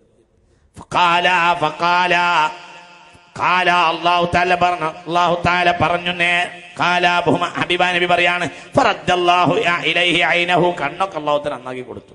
വഖാല ഇർജി ഇലൈഹി, അങ്ങോട്ട് തന്നെ ശ്രദ്ധിച്ചിട്ട്. ഇതങ്ങനെയൊക്കെ നടക്കും, നിങ്ങൾ ചിന്തിക്കണ്ട. അല്ലദീന യുഅ്മിനൂന ബിൽ ഗൈബി വയുഖീമൂന അസ്സലാ.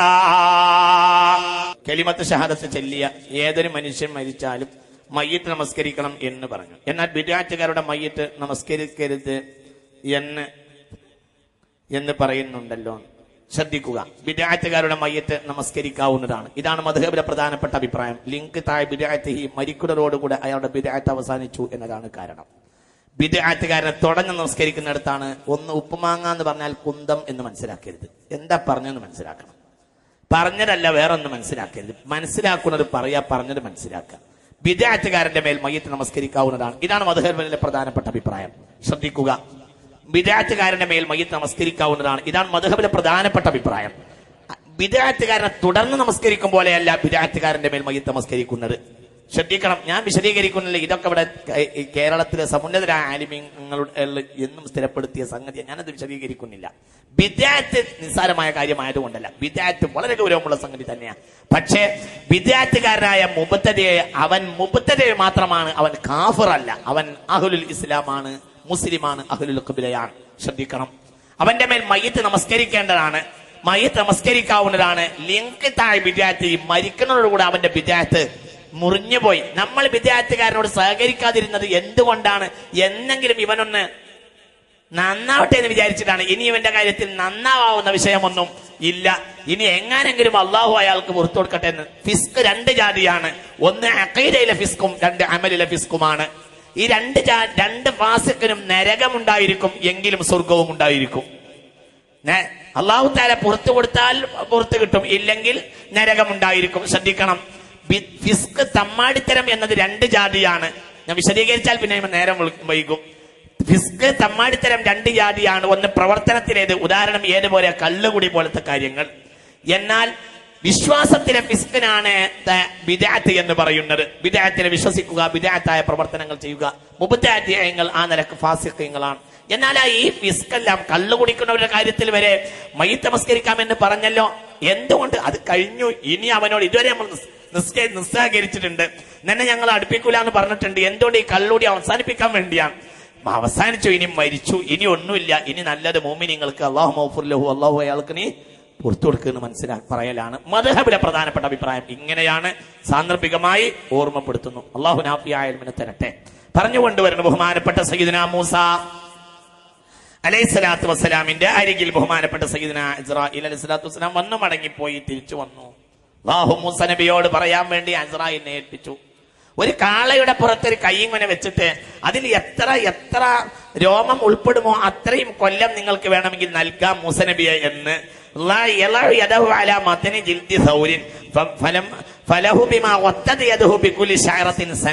ഓരോ രോമത്തിന് ഒരു കൊല്ലം എന്ന നിലക്ക് വേണമെങ്കിലും ദുനിയാവിൽ ആയുസ് ഞാൻ കൊടുത്തോളാം എന്ന് മൂസ നബിയോട് പറയൂ എന്ന് പറഞ്ഞു. നേരെ മലക്കുൽ മൗത്ത് മടങ്ങി വന്നു മൂസ നബിയോട് പറഞ്ഞു. അപ്പോൾ മൂസ നബി ചോദിച്ചു, പിന്നെന്തുണ്ടാവും? അൽ മൗത്തു, പിന്നെയും മരണം ഉണ്ടാവുന്ന. ഫഖാല, എന്നാ പിന്നെ ഇനി താമസിപ്പിക്കണ്ട, ഇനി മരിച്ചോളൂ. പക്ഷേ റബ്ബേ, നീ എനിക്കൊരു സൗകര്യം ചെയ്തു തരണം.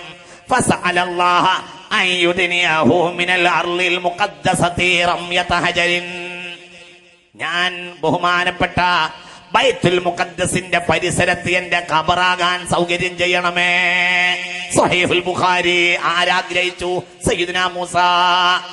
മരിച്ചോട്ടെ, പക്ഷെ എന്റെ ഖബർ അവിടെ ആകണം എന്നാഗ്രഹിച്ചു. അല്ലാഹു സുബ്ഹാനഹു വ തആല നല്ലയിടത്ത് കിടക്കാൻ നമുക്കൊക്കെ തൗഫീഖ് ചെയ്യട്ടെ.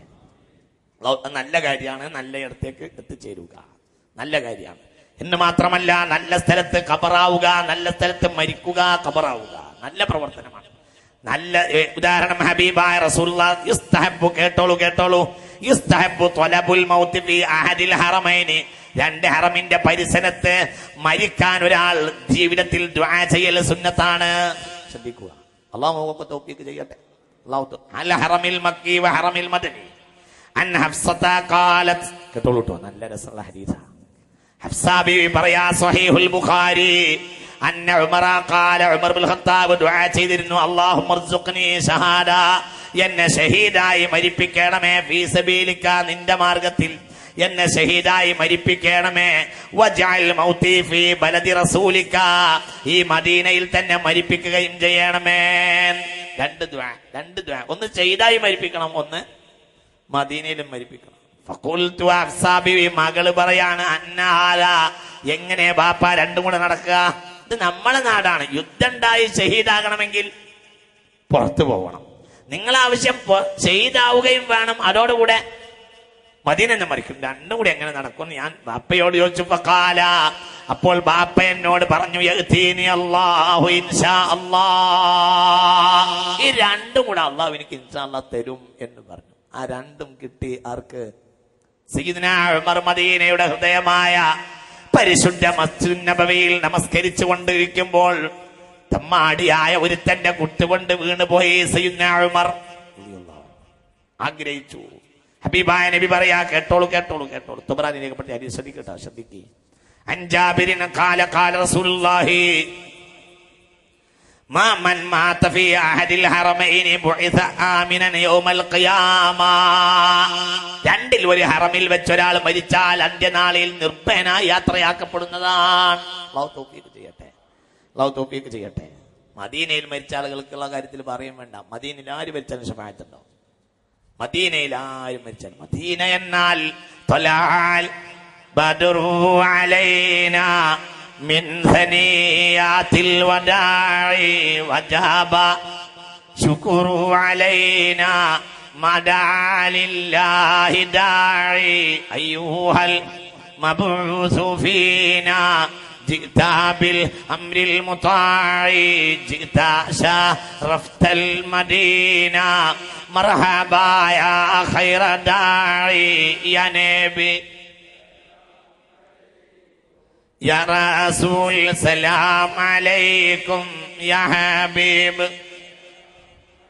ഹബീബായ നബി പറയാ, മനിസ്തതാ അയ്യമൂത ബിൽ മദീനതി ഫൽയമൂത് ബിഹാ.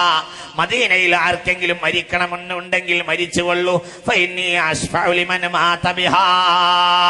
മദീനയിൽ മരിച്ചവർക്ക് ഞാൻ ശഫാഅത്ത് ചെയ്യുന്നതാണ്. ഈ ഹദീസ് ഇമാം തുർമുദി രേഖപ്പെടുത്തിയിരിക്കുന്നു. ശ്രദ്ധിക്കണം. അല്ലാഹു നാഫിയായ ഇൽമിനെ തരട്ടെ. അതേപോലെ തന്നെ ശ്രദ്ധിക്കണം. രണ്ടാമത്തെ ഒരാഗ്രഹം മരിച്ചു കിടക്കുന്നതിന്റെ പരിസരത്ത് സ്വാലിഹ്യങ്ങൾ ഉണ്ടാവുക വളരെ ആഗ്രഹിക്കേണ്ട ഒരു സംഗതിയാണിത്. മുഅ്മിനീങ്ങളെ ചിന്തിക്കണം. ഇബ്നു അബ്ബാസിൻ ഖാല ഖാല റസൂലുള്ളാഹി, ഹബീബായ നബി പറയാ, ഇദാ മാതലി അഹദികുമുൽ മയ്യിതു, ഒരാൾ മരിച്ചാൽ ഫഹസ്സിനു കഫനഹു വഅജ്ജിലു ഇൻജാസ വസിയതിഹി, എത്രയും പെട്ടെന്ന് കഫൻ ചെയ്തിട്ട് അയാൾ വസിയൊക്കെ നിർവഹിക്കുകയും വേണം. വഅമിഖുലഹു ഫി ഖബരി, ഖബറൊക്കെ മെച്ചം ആഴം കൂട്ടണം. എന്ന് മാത്രമല്ല വജന്നിബുഹു ജാറസൂഇ, മോശപ്പെട്ടവരുടെ ഖബറിനെ തൊട്ട് പരമാവധി ആളെ മാറ്റി മറവ് ചെയ്യാൻ ശ്രമിക്കണം. മോശപ്പെട്ടവരുടെ കൂട്ടത്തിൽ മറവ് ചെയ്യരുത്.